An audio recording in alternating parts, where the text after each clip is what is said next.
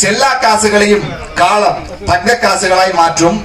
தங்க காசுகளும் சில்லறை காசுகளாய் கரைந்து போகும். நிற்க முடியாதவர்களும் உச்சியில் ஏற்றும் இந்த சினிமா. பிளாட்பார வாசிகளை கூட பிளேட் வாசிகளாக மாற்றும் சினிமா. சிலேட்டில் கூட பெயர் எழுத முடியாதவர்களை சிகரத்தில் பெயர் எழுத வைக்கும் சினிமா. சினிமா வரமா சாபமா? இது கலைத்தாளிக்கே கன்ஃபியூஸ் ஆன விஷயம். நட்சத்திரங்களை விசித்திரமாய் பார்க்க வைக்கும் சினிமா. சினிமா என்பது கடல். சினிமா என்பது கடல். நீ கால் வைக்கும் இடமெல்லாம் துறைதான். கப்பல் விடுவதும் கட்டுமரம் விடுவதும் உன் சமத்து. கவனமாக இருக்க வேண்டும், இல்லை என்றால் எப்பொழுதும் ஏற்படக்கூடும் விபத்து. சாலி கிராமம் புதையல் நிறைந்த இடம். சாலி கிராமம் புதையல் நிறைந்த இடம். விதை விருட்சமாவதும் விருட்சம் விறகாவதும் இங்கே ஒரே நாளில் நடக்கும் அற்புதங்கள். எத்தனையோ பேர் பொத்தல்கள் விழுந்த இதயங்களை பொத்தான் போட்ட சட்டைகளால் மூடி திரிகிறார்கள் இங்கே. சினிமா இன்ப துன்பம் இரண்டின் கலவை. சினிமா இன்பம் துன்பம் இரண்டின் கலவை. எங்க வச்சாலும் என் சைஸ் அவ்வளவுதான். அது புரிந்தால் மட்டுமே காலவை. வாழ அரிசியும் வாய்க்க அரிசியும் ஒரே நிலத்தில் தானே விளைகிறது. வாழ அரிசியும் வாய்க்க அரிசியும் ஒரே நிலத்தில் தானே விளைகிறது. சினிமா சமத்துவ கோயில். இங்கே எல்லா கலைஞர்களும் கடவுள்தான். ஒளிப்படும் பாறைகள் மட்டுமல்ல, வழிபடும் ஒவ்வொரு கலைஞர்களும் கடவுள்தான். லட்சக்கணக்கானவர்கள் தேர்வு எழுதி லட்சம் பேர் தேர்வானால் அவர்கள் பொறியாளர். லட்சம் பேர் தேர்வு எழுதி 1000 பேர் தேர்வானார் அவர் மருத்துவர். லட்சம் பேர் தேர்வு எழுதி ஒருவர் தேர்வானார் அவன் சினிமாக்காரன். சினிமாவில் கிடைக்கும் பாடம் எந்த சிலபஸிலும் இல்லை. இங்கே ஒரே வசதி, வயது தடை இல்லை.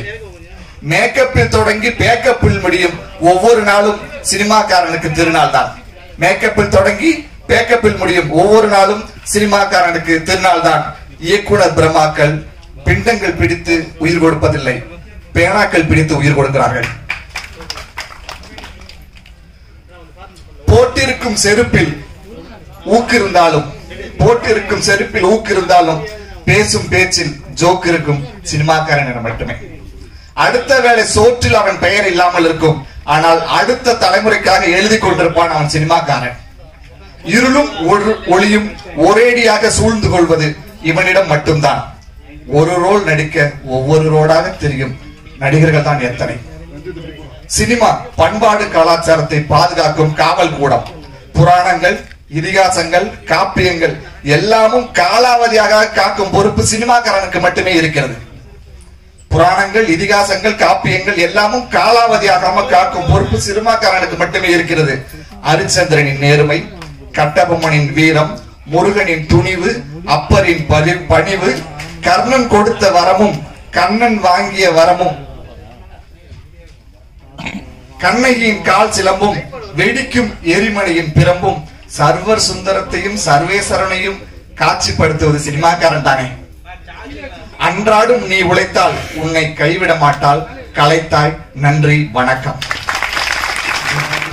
இந்த பேரரசால் இந்த நல்வி செலுத்திக் கொண்டிருக்கிறது. இவரின் திறமை நம் கண்ணெதிரே ஜொலித்துக் கொண்டிருக்கிறது. தமிழ்நாடு திரைப்பட தயாரிப்பாளர் சங்க இணைச் செயலாளர் அண்ணன் சவுந்தரபாண்டியன் அவர்களை இந்த மேடைக்கு வருக என வரவேற்கிறோம். அடுத்ததாக அண்ணன் PRO விஜயமுறை அண்ணன் அவர்களை மேடைக்கு வருக என வரவேற்கிறோம். ஆமா, அண்ணனுக்கு நிறைய கவிதை எழுதி வச்சிருந்தேன். விஜயம் செய்யும் இடம் எங்கும் ஜெயமாக்கும் முரளி, அவரே விஜய முரளி. அடுத்ததாக ஆதேஷ் பாலா அவர்கள். அடுத்ததாக யோகிராம் அவர்கள். லாரா அவர்கள். எடிட்டர் MP ரவி அவர்கள். இந்த குறும்படத்தில் நடித்த சக நடிகர்கள் வைஷ்ணவி, சிவகுமார்,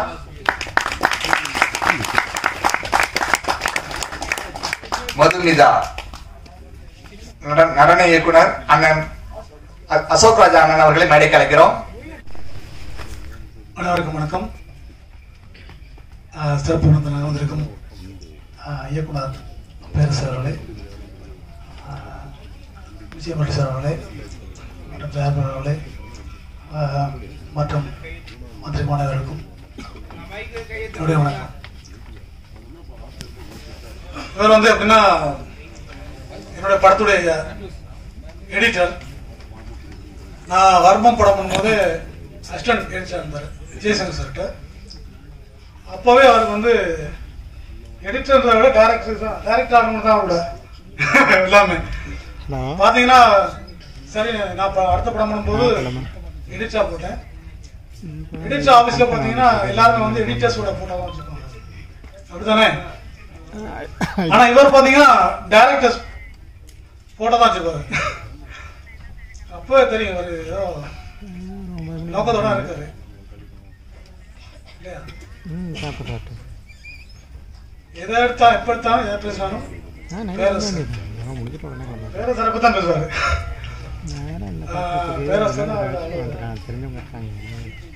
உயிர் நானும் எதிர்பார்ப்பேன். நான் இப்ப பார்க்க முன்னாடி ஒரு வாட்டி பார்த்துட்டேன். நான் ஜஸ்ட் ஓகே பண்ணியிருக்காரு, பார்ப்போம் அப்படிதான் பார்த்தேன். பார்க்கும்போது பார்த்தீங்கன்னா முதல்ல சினிமா பற்றி நெகட்டிவாக சொல்லி வரும் அப்படின்னு நினைச்சேன். அப்புறம் பார்த்தா கரெக்ட், சினிமா உண்மையா நேசிச்சிருக்காரு. சினிமா உண்மையா நேசிச்சா மட்டும்தான் அந்த மாதிரி ஒரு தாட் வரும் அப்படின்னு நான் நினைக்கிறேன். எல்லாருக்கும் பிடிச்சிருக்கோ இல்லையோ தெரியல, பட் எனக்கு வந்து நான் ஃபர்ஸ்ட் டைம் பார்க்கும்போது சொல்றேன், பண்ணினது நல்லா இருக்கு. சார்ட்ட நிமிஷம் கேட்டேன். ஏன்னா நான் வர்மம் படம் போகும்போது வந்து பாதி ஒர்க் வந்து பேரரசர் ஆஃபீஸர் தான் பண்ணோம். அந்த படத்துடைய ஒர்க்கு ஜெய்சங்கர் சார் ரீட் இருக்கு. அப்போ வந்து பார்த்தீங்கன்னா நல்லா துருதுருப்பாக இருப்பாங்க, எதுலையுமே ஷார்ப்பு. முதல்ல வந்து ரஃப் கட் தானே பண்ணுவோம். அப்போ ஃபில்மில் பண்ணுவோம். ஃபில்மில் பண்ணும்போது ஃபஸ்ட்டு ரஃப் கட் பண்ணி வரும்போது பார்த்தா நமக்கு ஏதோ தூக்கம் தெரியாமல் இருக்கும். அவர் எடிட்டர் வந்து உட்காந்துட்டு கூட இருந்தீங்களா அப்படின்னாரு. ஆமாம் சார் இருந்தோம் சார்.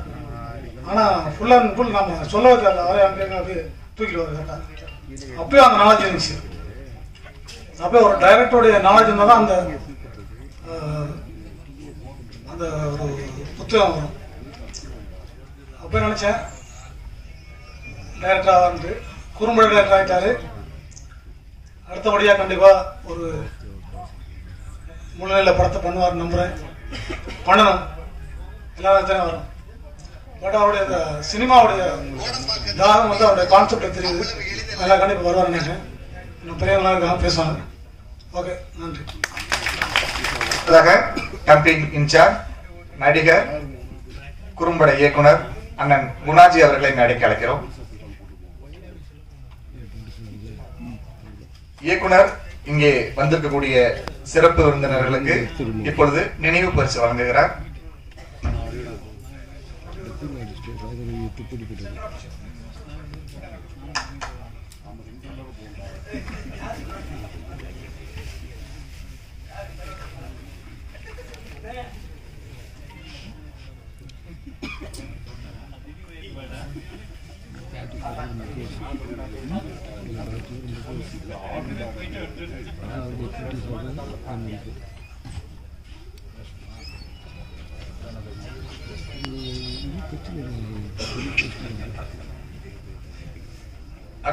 அடுத்ததாக வைஷ்ணவி அவர்களை பேச அழைக்கிறோம். எல்லாருக்கும் வணக்கம். மேடையில் அமர்ந்திருக்கும் பெரியவர்களுக்கு எல்லாருக்கும் வணக்கம். Thank you so much sir. Perarasu sir குறு படமா இருந்தா கூட எங்களுக்காக வந்து சப்போர்ட் பண்ணிருக்காரு. டைரக்டர் சாருக்கு ரொம்ப தேங்க்யூ சொல்லணும். ஏன்னா வந்து ஒரு அசிஸ்டன்ட் டைரக்டரா ஒர்க் பண்றது ரொம்ப கஷ்டம்னு எனக்கு தெரியும். பட் இருந்தாலும் நீங்க பண்ணுவீங்கம்மா, நீங்க பண்ணுங்க அப்படின்னு சொல்லி ஒரு நம்பிக்கை கொடுத்து இந்த குறும்படத்துல எனக்கு ஒரு வாய்ப்பு கொடுத்துருக்காரு. ரொம்ப தேங்க்யூ சோ மச் சார். எல்லாரும் இதுல நல்லா சூப்பரா ஒர்க் பண்ணியிருக்காங்க. தேங்க்யூ எல்லாருக்கும். அப்புறம் மீடியா அண்ட் பிரஸ் ரொம்ப தேங்க்யூ ஸோ மச். நீங்கள் தான் சப்போர்ட் பண்ணணும். நீங்கள்லாம் இருந்தால் தான் எங்களால் முன்னேறி வர முடியும். வந்ததுக்கு எல்லாருக்கும் ரொம்ப தேங்க்யூ ஸோ மச். எங்கள் டீமுக்கு எல்லாருக்கும் நீங்கள் தான் சப்போர்ட் பண்ணணும். பண்ணுங்க. Thank you so much. நன்றி. அடுத்ததாக யோகிராம் அவர்களை அழைக்கிறோம்.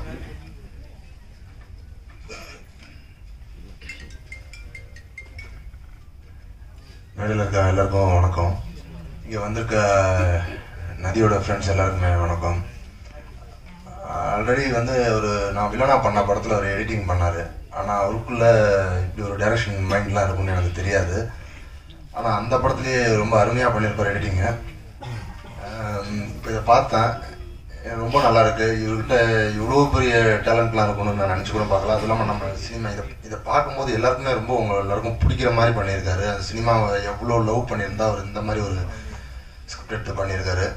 இவர் கண்டிப்பாக பெரிய டைரக்டராக வரணும்னு ஆண்டோட நினைக்கிறேன். நீங்கள் எல்லாருமே சப்போர்ட் பண்ணணும்.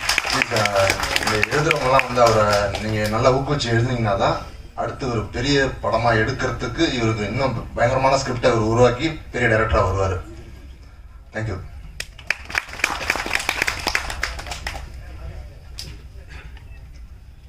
நன்றி. அடுத்ததாக ஆதேஷ் பாலா அவர்களை அழைக்கிறோம்.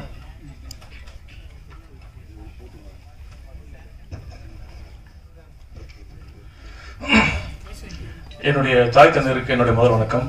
அவர் நாடில் அமர்ந்திருக்கக்கூடிய எல்லா பெரியவங்களுக்கும், திரையுலக ஜாம்பவன்களுக்கும், நண்பர்களுக்கும், பத்திரிகை உலக நண்பர்களுக்கும், வாழ்த்து வந்தவங்க அனைவருக்கும் என்னுடைய பணிவான வணக்கங்கள். முயற்சி உடையார் எகிழ்ச்சி அடையார், அதுதான் நம்ம சினிமாவில் செய்ய வேண்டியது.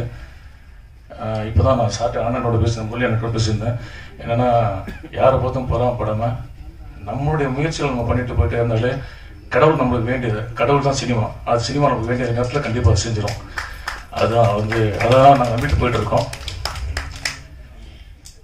நான் தெரியும் உங்களுக்கு, நான் பழைய காமெடி நடிகர் சிவராமன் கிட்ட சொன்னேன். அந்த லேபிளில் நான் வந்தால் கூட நானும் அடியால தான் பண்ணிட்டு இருந்தேன். பிகினிங்லாம் படத்தில் அடியால பண்ணிட்டு இருந்தேன். ஒரு கட்டத்தில் முதல்ல போலீஸாக பண்ணிட்டு இருந்தேன். சீரியலெல்லாம் போலீஸாக பண்ணிட்டு இருந்தேன்.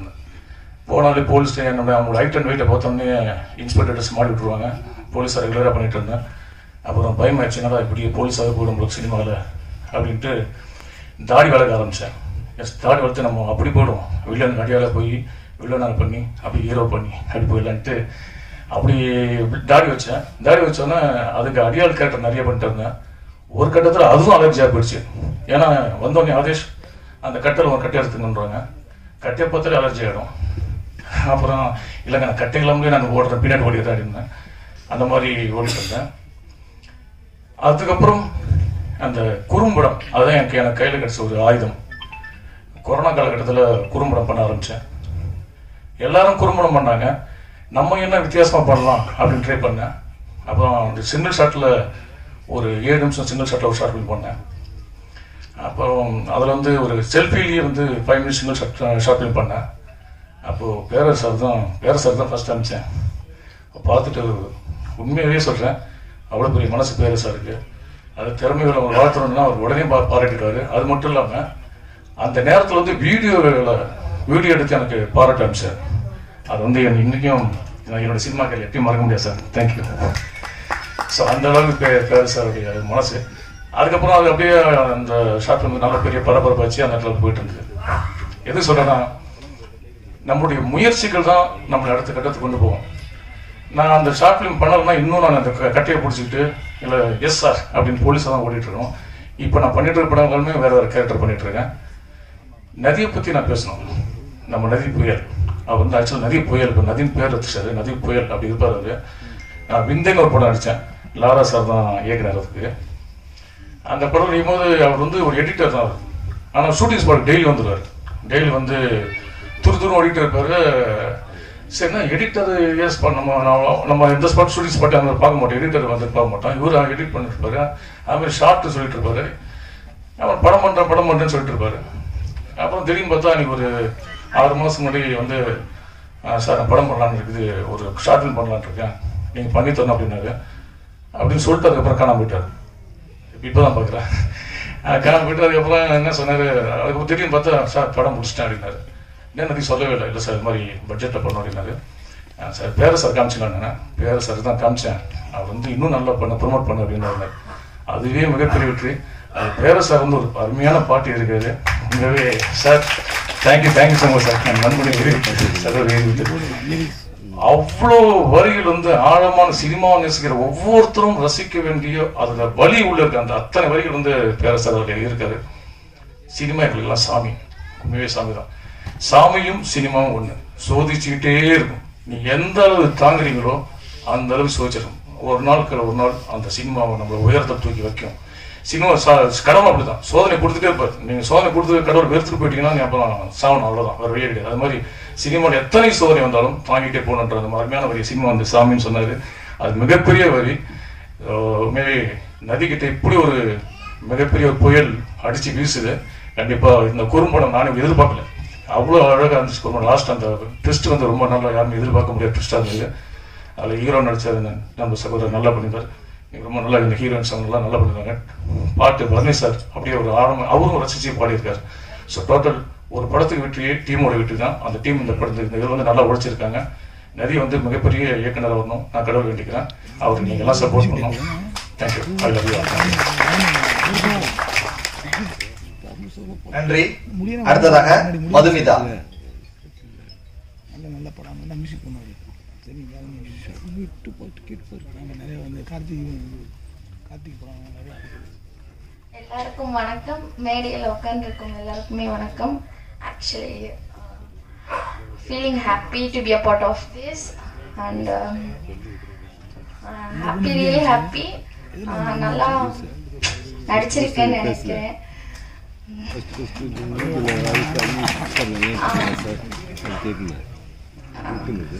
நர்வஸா இருக்கு. Thank you giving me this opportunity. Actually, thank you so much.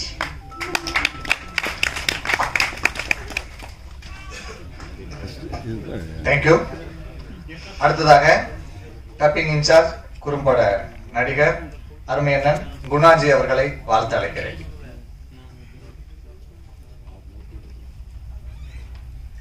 என்னை பெற்றெடுத்த அன்னைக்கும் என்னை தத்தெடுத்த சென்னைக்கும் என் முதல் வணக்கம். திங்களோடு பிறந்தவளும் தென்றலோடு நடந்தவளும் தென்புதிகை விட்டெழுந்து சந்தனத்தில் புதுமணத்தில் தோய்ந்தவளும் எந்தையும் தாயும் மகிழ்ந்து குலாவி சிந்தை இழித்திடச் சிறந்தவளும் எந்த நாவசைக்கும் நற்றமிழ் நங்காய் வாழி முத்தம் தந்து முகம் தழுவும் முத்தமிழ் மங்காய் வாழி என வந்திருக்கும் உங்கள் அனைவருக்கும் தமிழ் வணக்கத்தினை உரித்தாக்கிக் கொள்வதில் உள்ளபடியே பெருமகிழ்ச்சி அடைகின்றேன்.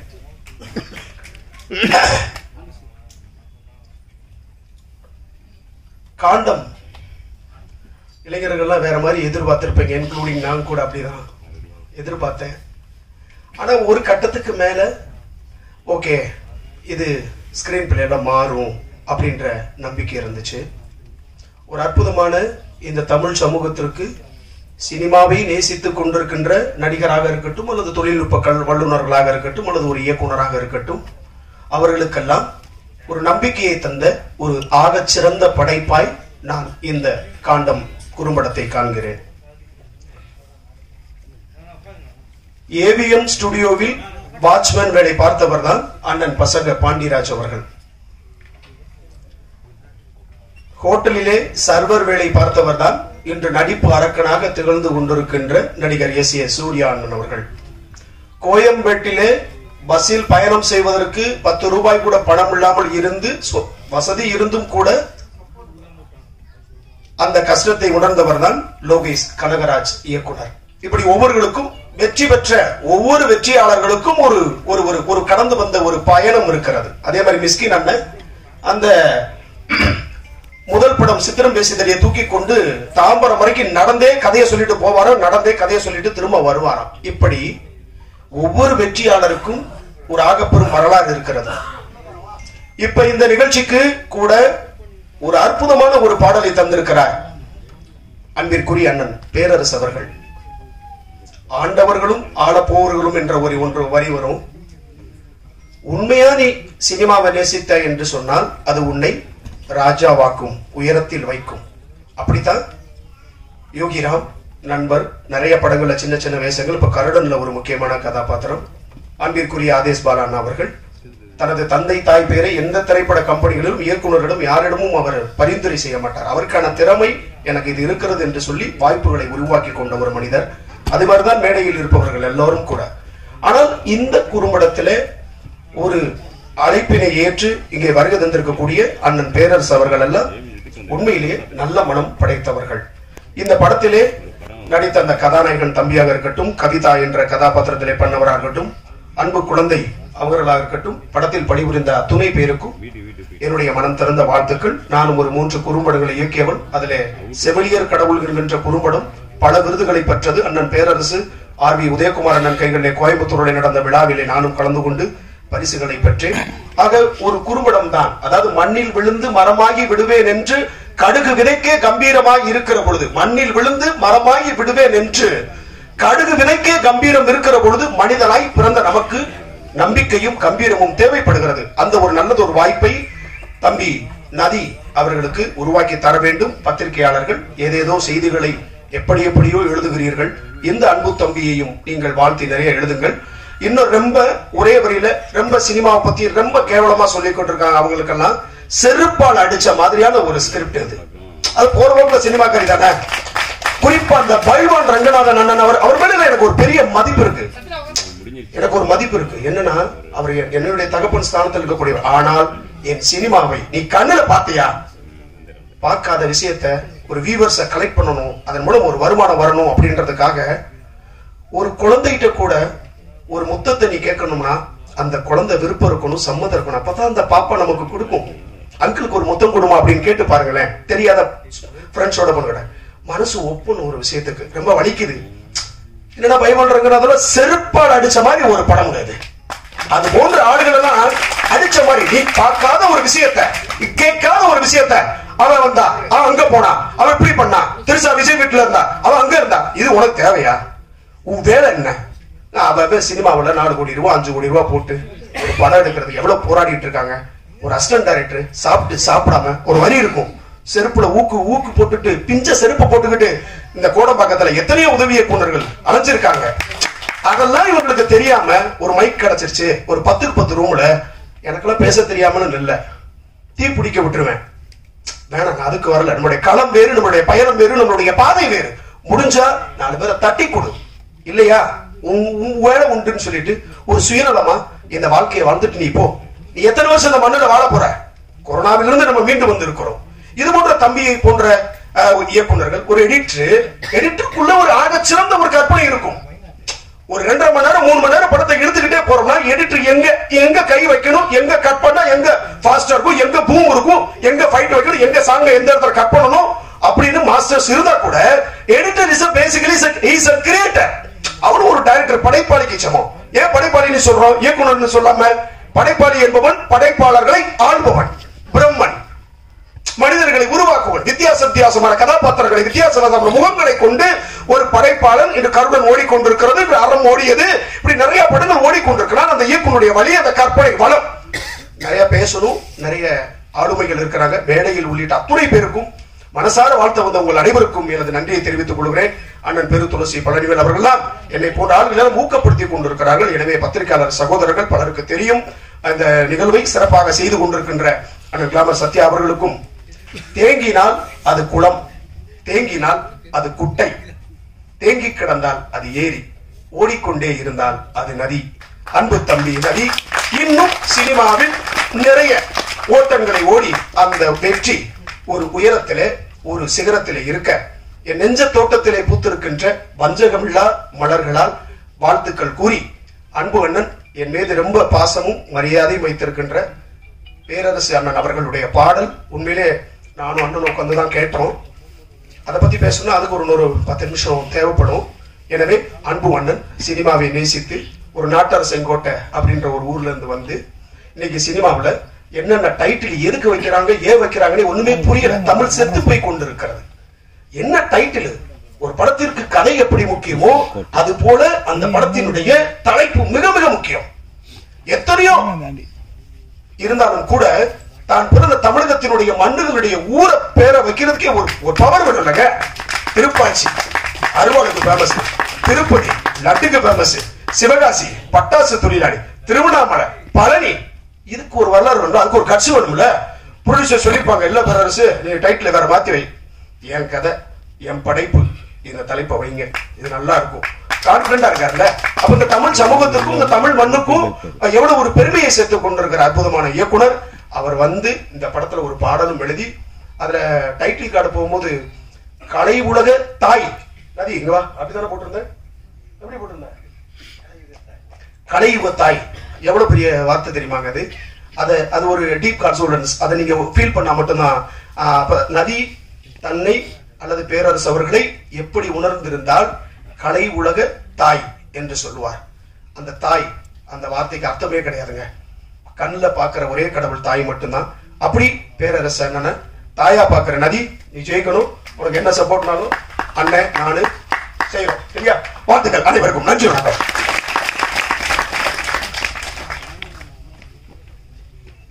நன்றி. அனல் பறக்க பேசினார். அடுத்ததாக மேடைக்கு அழைக்கிறோம் இந்த படத்தில் நடித்த திபிதா, கார்த்திக் ராஜா மற்றும் பின்னணி இசை அமைத்த சக்தி பிரகதீஷ் அவர்களை மேடைக்கு அழைக்கிறோம். அடுத்ததாக பேச சிவா அவர்களை மேடைக்கு அழைக்கிறோம். நினைவு பரிசு வழங்கப்படுகிறது. திபிதா, கார்த்திக் ராஜா, சக்தி பிரகதீஷ் அவர்கள்.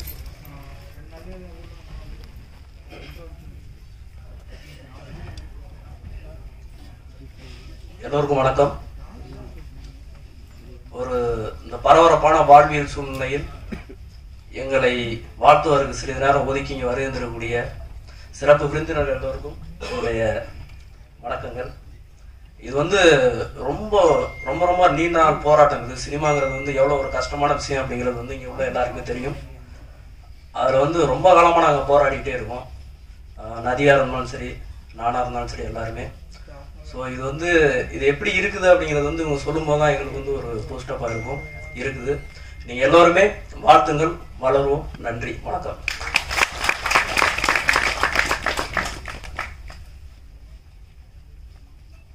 நன்றி. அடுத்ததாக கார்த்திக் ராஜா அவர்களை மேடைக்கு பேச அழைக்கிறோம்.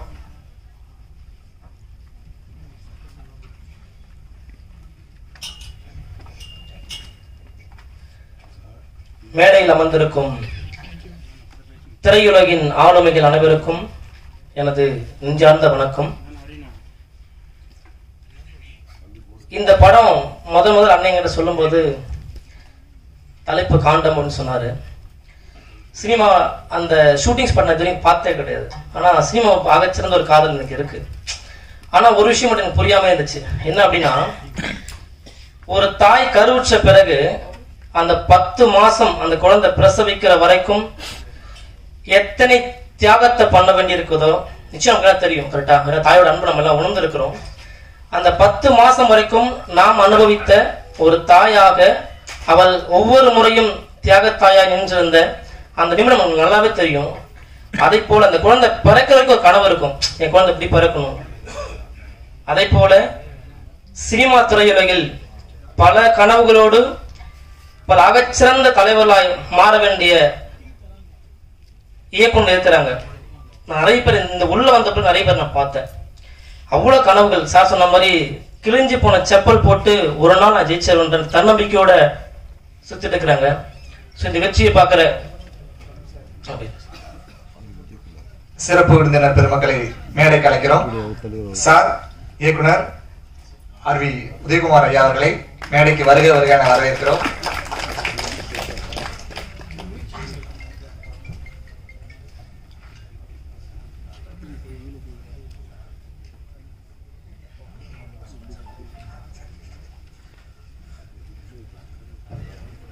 சிறப்பு விருந்தினர் பெருமக்களுக்கு நினைவு பரிசு வழங்கப்படுகிறது.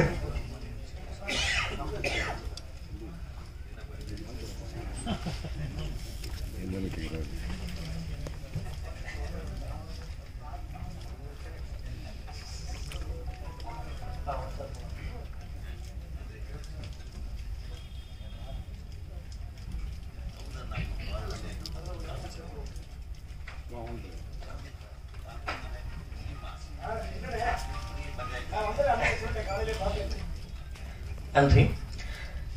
அப்படி பல கனவுகளோட இந்த கோடம்பாக்கம் ரோட்ல வடபழனி ரோட்ல நிறைய பேர் இருக்கிறாங்க, பல கனவுகளோட. வாய்ப்புகள் கிடைக்காத வரைக்கும் அறிவாளிகளும் அறிவற்றவர்களாக இங்க இருக்கிறாங்க. இப்படிப்பட்ட இந்த இணை இயக்குனர்கள், இந்த இயக்குனர் ஆய்ந்த பல கனவுகளை தேடிக்கொண்டிருக்கிறவங்களுக்கு நிறைய பேர் ஜெயிக்கின்ற வாய்ப்புகளை இந்த திரையுலகம் நிச்சயமா கொடுக்க, நம்பிக்கையோடு இருக்கிறவங்களுக்கு வாய்ப்புகள் கொடுங்க. முக்கியமா நதியண்ணா பத்தியும் சிவா சாரை பத்தியும் பேசணும். இந்த படத்தோட அத்தனை வெளிப்பாடும் அவள் இருவரும் அனுபவித்த அந்த வழிகள் தான். சினிமாவை எல்லாருமே ஒரு வார்த்தை சொன்னா இப்படிதான் அப்படின்னு சொல்லிட்டாங்கல்ல, அது இல்ல. ஒரு கோவிலுக்கு நிகரான ஒண்ணு, கோவிலோட கருவறைக்குள் இருக்கிற அந்த சாமியோட சிலை இருக்குல்ல, அதுக்கு நிகரான ஒண்ணு நான் உண்மையை நேசிச்சா. அப்படி பல கனவுகளோடு இந்த படத்தை எடுத்து இன்னைக்கு உங்க கண்ணுனால பார்வையிட்டு இருக்கிறாங்க. இந்த படம் நிச்சயமா மாபெரும் வெற்றி அடையணும். எனக்கு சினிமாக்குள்ள முதல் வரும்போது பல காட்சிகளை எனக்கு சொல்லிக் கொடுத்தது, அதையும் நான் அறிவிச்சிட்டேன். இப்போ தாயின் கருவறை என்ற படத்தை நான் எடுத்திருக்கிறேன். சீக்கிரமா இதே இடத்துல படத்தை நான் அண்ணோட மூலியமா நான் ரிலீஸ் பண்ணுவேன். இந்த படம் பல வெற்றிகளை பார்க்கணும். இதன் மூலமா அண்ணனுக்கு ஒரு வாய்ப்பு கிடைக்கணும். சினிமா திரையுலகத்துக்கு ஆகச்சிறந்த கதையோட அண்ணன் இருக்காங்க. அந்த படத்துக்கான வாய்ப்பு கிடைச்சி அண்ணன் ஒரு பெரிய படம் எடுக்கணும். அடிக்கடி சொல்லுவாரு, என்னோட தாய் என்னோட கடவுள் பேரரசன் சொல்லுவாரு. பிரமிச்சு போயிருக்கு. அதெல்லாம் எப்படி ஒரு அம்மாவுக்கு நிகரா யாரையும் சீக்கிரம் பார்க்க முடியாது, அடிக்கடிக்கு சொல்லுவாங்க.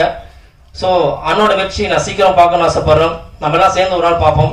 இந்த படம் மாபெரும் வெற்றி அடைய வாழ்த்துக்கள். நன்றி. நன்றி. அடுத்ததாக திவிதா அவர்களை பேச அழைக்கிறோம்.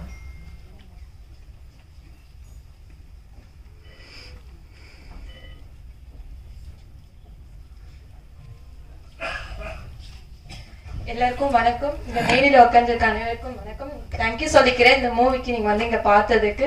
நாங்க நினைச்சே பார்க்கல, ஆக்சுவலி இந்த மாதிரி போட்டு எங்களுக்கு ஆட்டு வாங்கிட்டு நான் சிம்பிளா யூடியூப்ல தான் வரணும்னு நினைச்சேன். பட் இதுக்கு சப்போர்ட் பண்ணி எல்லாரும் வந்ததுக்காக நன்றி. அதுக்கு இதுவும் இவ்வளவு சப்போர்ட் பண்ணிருக்கீங்க, இந்த பத்திரிக்கையாளர் எல்லாருமே வந்திருக்கீங்க. Thank you so much. பட் எனக்கு பேசுறேன்னு தெரியல, ரொம்ப நர்வஸா இருக்கு. Thank you so much. தேங்க்யூ. அடுத்ததாக நடன இயக்குனர் அருமை அண்ணன் அசோக் ராஜா அவர்களை பேச அழைக்கிறோம்.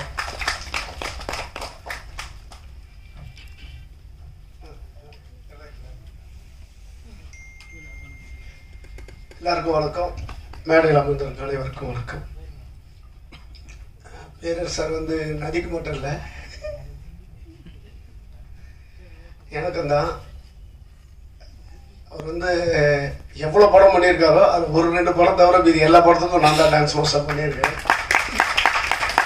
ஸோ எல்லா சாங் ஓப்பனிங்கும் அவர் எனக்கு முதல்ல கொடுத்துருவாரு. ஃபர்ஸ்ட் டேவே ஃபர்ஸ்ட் ஷாட்டே வந்து என்ன தான் வைக்க சொல்லுவார், ஃபர்ஸ்ட் ஷாட்டே. ஸோ அதெல்லாம் வந்து மறக்க முடியாத நிகழ்வுகள். அவர் இன்னும் நிறைய பண்ணணும், நானும் அவரோட ஒர்க் பண்ணணும். அவர் வந்து அந்த மாதிரி இந்த மாதிரி படம் நீங்கள் அவருடைய பண்ண டைரக்ஷன் பண்ண படத்துலலாம் பார்த்தீங்கன்னா பாடல்கள் எல்லாமே கொஞ்சம் இந்த ஓப்பனிங் சாங்லாம் பார்த்தீங்கன்னா ஒரு வெறி ஊட்டுற மாதிரி தான் இருக்கும். எல்லாருக்கும் வந்து ஒரு தன்னம்பிக்கை வர மாதிரி தான் இருக்கும். ஸோ அதே மாதிரி தான் இந்த படத்துலையும் அந்த பாடல் பார்த்தீங்கன்னா இன்னும் சினிமாவை தப்பாக நினைக்கிறவங்களுக்கு எல்லாருக்குமே அந்த பாடல் கேட்டாங்கன்னா ஐயோ நம்ம வந்து தவறாக நினச்சிட்டோமேன்னு ஃபீல் பண்ண கூடுற மாதிரி இருக்கும் அந்த ஒரு எழுதின பாடல்கள். இன்னொன்று எனக்கு இந்த படம் இப்போ நான் இந்த குறும்படம் பார்த்தது மூலியமா எனக்கு ஒருன்னா பெண்களை அனுப்புகிற பெற்றோர்கள் எல்லாருக்குமே ஒரு தைரியம் வரும். இந்த மாதிரி படத்தை பார்க்கும்போது என் பொண்ணு வந்து ஒர்க் பண்ண போயிருக்கா, ஸோ அவள் வந்து ஒரு நல்ல தொழிலுக்கு தான் போயிருக்கா, ஸோ அவளுக்கு எந்த இதுவும் வராது, கூட இருக்கிறவங்க எல்லாருக்கும் அண்ணன் தம்பி மாதிரி பார்த்துப்பாங்கன்ற ஒரு தன்னம்பிக்கை வரும். அந்த மாதிரியான ஒரு படம் தான். ஸோ நான் நடிக்கவே இல்லை. இந்த படம் ஃபர்ஸ்ட் ஸ்டாப் கொஞ்சம் போயிட்டு இருக்கும் போது என்னடா இது இப்படிலாம் போயிட்டு இருக்கு, நானும் பார்க்கலாமா அப்படிலாம் எனக்கே ஃபீல் ஆயிடுச்சு. ஸோ சீனு போக போக பார்க்கும்போது அவர் ரொம்ப அருமையாக பண்ணியிருக்காரு. நதி நான் வந்து இவர் வந்து ஆக்சுவலாக ஒரு எடிட்டர். நான் சாங் எடிட் பண்ண போகும்போதெல்லாம் மாஸ்டர் எப்படி இதெல்லாம் சொல்லவே கூடாது, அவ்வளோ அழகா பண்ணவர் வந்து ஒரு படம் டைரக்ஷன் பண்றதுன்றது எவ்வளவு பெரிய கஷ்டம். அது ஒரு குறும்படம்ன்றது ஒரு விஷயத்த வந்து ஒரு சினிமானா 2.5 மணி நேரத்துல சொல்லலாம். ஆனா ஒரு விஷயத்த வந்து ஒரு 20 நிமிஷம் 30 நிமிஷத்துக்குள்ள சொல்றது வந்து கொஞ்சம் கஷ்டம். ஆனா இவர் வந்து சிறப்பா பண்ணியிருக்காருன்னா நம்ம பாராட்டி ஆகணும். ஸோ இவரை பத்தி கொஞ்சம் நம்ம வந்து அந்த பத்திரிகைகள் கொஞ்சம் பெருசா எழுதி இவர் வந்து வளர்ந்தாருன்னா இவரை மாதிரி இருக்க நிறைய பேருக்கு ஒரு லைஃப் கிடைக்கும். ஸோ நல்ல குறும்படம், இதை வெற்றி அடைய என்னுடைய வாழ்த்துக்கள். நன்றி. PRO யூனியன் சங்க தலைவர் அருமை அண்ணன் விஜய் முரளி அவர்களை நேரத்தை கருத்தில் கொண்டு அவரே வந்துவிட்டார். நான் ரொம்ப நேரம் பேச மாட்டேன், கவலைப்படாதீங்க. மேடையில் அமர்ந்துள்ள தமிழ்நாடு திரைப்பட இயக்குநர்கள் சங்கத்தின் தலைவர் RV உதயகுமார் அவர்களே, தமிழ்நாடு திரைப்பட இயக்குநர் சங்கத்தின் செயலாளர் மரியாதைக்குரிய பேரரசு அவர்களே, RV உதயகுமார் அவர்களை பார்த்தவுடன் தமிழ் திரைப்பட தயாரிப்பாளர் சங்கத்தின் இணை செயலாளர் சவுந்தர் வந்து அர்ஜென்டா ஒரு வேலை இருக்குன்னு கிளம்பிட்டாரு. அவங்க அதை நம்பிக்கை தெரியும். ஸோ அவருக்கு வணக்கத்தை தெரிவிச்சுக்கிறோம். அதே மாதிரி நம்ம ஆதேஷ் பாலா, யோகி, அப்புறம் லாரா, அசோக் ராஜ், நடித்த வைஷ்ணவி, அப்புறம் குணா, அப்புறம் மதுமிதா, கார்த்திக் ராஜா, சிவா, நிறைய பேர் மைண்டில் இல்லை. அதே மாதிரி எடிட்ரு, இந்த படத்தோட எடிட்டர் டைரக்டர் ஒரே ஆள் தான், நதி புயல். ஆனால் நதின்னு வச்சிருக்கிறாரு. இவர் எப்படின்னா ஒரு விஷயத்தை எடுத்துக்கிட்டா அதை வந்து ரொம்ப டீப்பாக போய் அதை கடைசி வரைக்கும் கூட ஃபாலோ பண்ணிட்டு அதை என்னன்னு தெரிஞ்சுக்கிற வரைக்கும் நம்மளுக்கு ஃபோன் பண்ணிக்கிட்டே இருப்பார். இந்த ஃபங்க்ஷனுக்கு 15 நாளைக்கு முன்னாடி ஆரம்பிச்சாரு. தினமும் பேசிட்டு இருக்கு. இன்னைக்கு காலையில், இன்னைக்கு சாயங்காலம் 6 மணி வரைக்கும் பேசிட்டு இருக்கிறாரு. ஏன்னா அந்த டென்ஷன் இப்போ பத்திரிகையாளர்களுக்கும் சரி, எனக்கெல்லாம் வந்து இந்த மாதிரி ஃபங்க்ஷன் நிறைய பார்த்துட்டோம். உதயகுமார் சார்லாம் பார்த்துட்டாரு, பேரரசர்லாம் பார்த்துட்டாரு. ஸோ இவங்களுக்கு வந்து இது முதல் படம், அதனால ஒரு டென்ஷன் இருக்குது. தசை ஆனுவல் எக்ஸாம் எழுதுன மாதிரி. அதே மாதிரி தொகுத்து வழங்கினவர் நல்லா எழுதிட்டு வந்திருக்கிறாரு. சில சமயம் சில தடுமாற்றம் வந்தது, அது முதல் அப்படிங்கிறதுனால இனி போக அவருக்கு நிறைய மேடைகள் கிடைக்கும். என்ன நல்ல வார்த்தைகள்லாம் நல்லா கொண்டு இருக்க, என்னையும் நல்லா பாராட்டி எழுதுகிறார். ரொம்ப சந்தோஷம். பேரு முக்கியம் இல்லை. அதனால வந்து அவருக்கு இந்த நேரத்தில் நன்றியை தெரிவிச்சுக்கிறேன். இது காண்டம் ஒரு பரபரப்பா எல்லா மனசுலயும் ஒரு கிளுகிழப்பா இருந்தது. இந்த டைட்டில் எல்லாரும் ஒரு எதிர்பார்ப்போட வந்திருக்கீங்க. அதனால அரங்கம் நிறைந்த காட்சிகளா இருக்குன்னு பார்த்தோம். அப்புறம் வந்து படம் பார்த்தோடனே ஒரு சினிமாவை பேஸ் பண்ணி பண்ணிருக்காரு. ஒரு டைரக்டர் ஒருத்தர் பேசும்போது சொன்னாரு, டைரக்டர் சொன்னவங்க தப்பா நினைச்சுக்கோங்க, என்னன்னா டைரக்டர் கூப்பிட்டு அசிஸ்டன்ட் டைரக்டர் வேலை வாங்குவாங்க லொகேஷன்ல. ஒன்னொன்னா சொல்லி போயிட்டு வருவாங்க. அதாவது இது வேணும் அது வேணும் சொல்லும் போது தான் போய் எடுத்துட்டு வருவாங்க. ஆனா சில அசிஸ்டன்ட் டைரக்டர் என்ன பண்ணுவாங்கன்னா, அடுத்த டைரக்டர் என்ன கேட்க போறாரு, அடுத்து இதுதான் வரும், இந்த சீன் தான் இருக்கும், இதுக்கு இந்த காஸ்டியூம் தேவைப்படுன்னா அலர்ட்டா இருக்கான் பாருங்க, விளையாட்டா இல்லாம அவன் சீக்கிரம் பெரிய டைரக்டர் வருவான். ஸோ அந்த மாதிரி இருக்கிறதுல நம்ம நதி வந்து எடிட்டரா இருந்து இப்ப டைரக்ஷன் வந்திருக்கிறாரு. நீங்க சொன்னதை செய்யறது செக்கு மாடு மாதிரி சொல்லுவாங்க. ஆனா ஓவர் டேக் பண்ணிட்டு போயிடக்கூடாது, டைரக்டருங்க கட் பண்ணிடுவாங்க. அதுலயும் நம்ம ஜாக்கிரதையா இருக்கணும் அசிஸ்டன்ட் டைரக்டருங்க. ஸோ நீங்க வந்து உங்க திறமையை வளர்த்துக்கிறதுக்கு டைரக்டர் கூடயே திறந்து போய் அசிஸ்டன்ட் டைரக்டர்லாம் பெரிய ஆளா வந்திருக்காங்க, வந்துட்டு இருக்காங்க. ஸோ இவர் இந்த ஃபர்ஸ்ட் ஒரு டைரக்ஷன்ல இப்படி ஒரு டைட்டில வச்சு ஒரு பரபரப்புக்காக இந்த டைட்டில் வச்சிருக்கிறாரு. அதை கரெக்டா அந்த காண்டம் வந்து கரெக்டா மேக்கப்ல வந்து யூஸ் பண்ணிருக்கிறாரு. அதுக்கே நம்ம பாராட்டு தெரிவிக்கலாம். கற்பனை அந்த இடத்துல உடைச்சிட்டாரு அவரு. ஆளாளுக்கு ஒரு கற்பனையில இருந்தோம். அது வந்து இதுக்கு தாண்டா அந்த காண்டம் யூஸ் ஆகுங்கிற மாதிரி கொண்டு வந்து போட்டு உடைச்சாரு. ஸோ அதுக்கு ஒரு திறமை வேணும் இல்லையா? முதல்ல ஒரு எக்ஸ்பெக்டேஷனை உருவாக்கி கொண்டு வந்து நெருக்கிறதுங்கிறது. சினிமாக்கு வந்து சினிமா, அதாவது ஆண் பாவம் ஒரு படம் பாண்டியராஜன் டைரக்ட் பண்ண படம். அது ஆக்சுவலா அதுல சினிமா பத்தி ஒரு பாட்டு வரும். வந்தன வந்த சனம் எல்லாம் குந்தனம். இங்க இந்திர வந்துடும் சந்திர வந்துடும் எங்க சினிமா தான். NTR MGR வந்து எங்க சினிமா தான். அமெரிக்கால ஆட்சி அமைச்ச எங்க சினிமா தான். நல்ல பாட்டு இளையராஜா பாடியிருப்பாரு. அதுக்கப்புறம் இந்த குறும்படத்துல சினிமாவை பத்தி உயர்வா ஒரு பாட்டு இருக்கு. அது பேரரசு. அது வந்து இசையப்பாளர் பரணி பாடியிருக்கிறாரு. அவர் பையன் மியூசிக் அமைச்சிருக்காருன்னு நினைக்கிறேன். பரணியோட பையன் தான் மியூசிக் அமைச்சிருக்கிறாரு. பரணி யாருக்கு தெரியுமா உங்களுக்கு? நிறைய பேர் மியூசிக் டைரக்டர் தெரியும். எந்தெந்த பாட்டு ஞாபகம் இருக்குதோ அவர் ஹிட்டான பாட்டு அத்தனையும் அவர் பாட்டெல்லாம் ஹிட்டு. அந்த அவ்வளவு அழகா பண்ணியிருப்பாரு. ஸோ அவரோட பையன் இதுக்கு அழகா டியூன் போட்டு அப்பாவை பாட வச்சு இந்த சாங்கை ஹிட் பண்ணியிருக்கிறாரு. ஸோ அவருக்கு இந்த நேரத்தில் நம்ம பாராட்டு தெரிவிச்சுக்கலாம். அதே மாதிரி கிருஷ்ணன் பஞ்சுன்னு ஒரு டேரக்டர் இருந்தாங்க, பராசக்தி படம்லாம் பார்த்துருப்பீங்க. அதுல பஞ்சு சார் வந்து எடிட்டரா இருந்து டைரக்டரா வந்தவர். அது மாதிரி நிறைய பேர் வெள்ளைச்சாமியில இருந்து நிறைய பேர் எடிட்டரா இருந்து டைரக்டரா இருக்கிறாங்க. அந்த வரிசையில நதிப்பயிலும் எடிட்டரா இருந்து டைரக்டரா வர்றாரு. அவருக்கு நம்ம பாராட்டுகளை தெரிவித்துக்கலாம். அதாவது வீட்டுக்கு ஒரு சாமி உண்டு, அது அம்மா அம்மா தான். கோவில் குளம் போவதெல்லாம் சும்மா சும்மா தான் சொல்லுவாங்க. அது மாதிரி சினிமாவை இவ்வளவு ஒரு கடவுளுக்கு ஈக்குவலா கொண்டு வந்து எழுதியிருக்கிறாருன்னா அந்த தொழிலை நேசிக்கிறவங்க தான் அதோட அர்த்தம் புரியும்.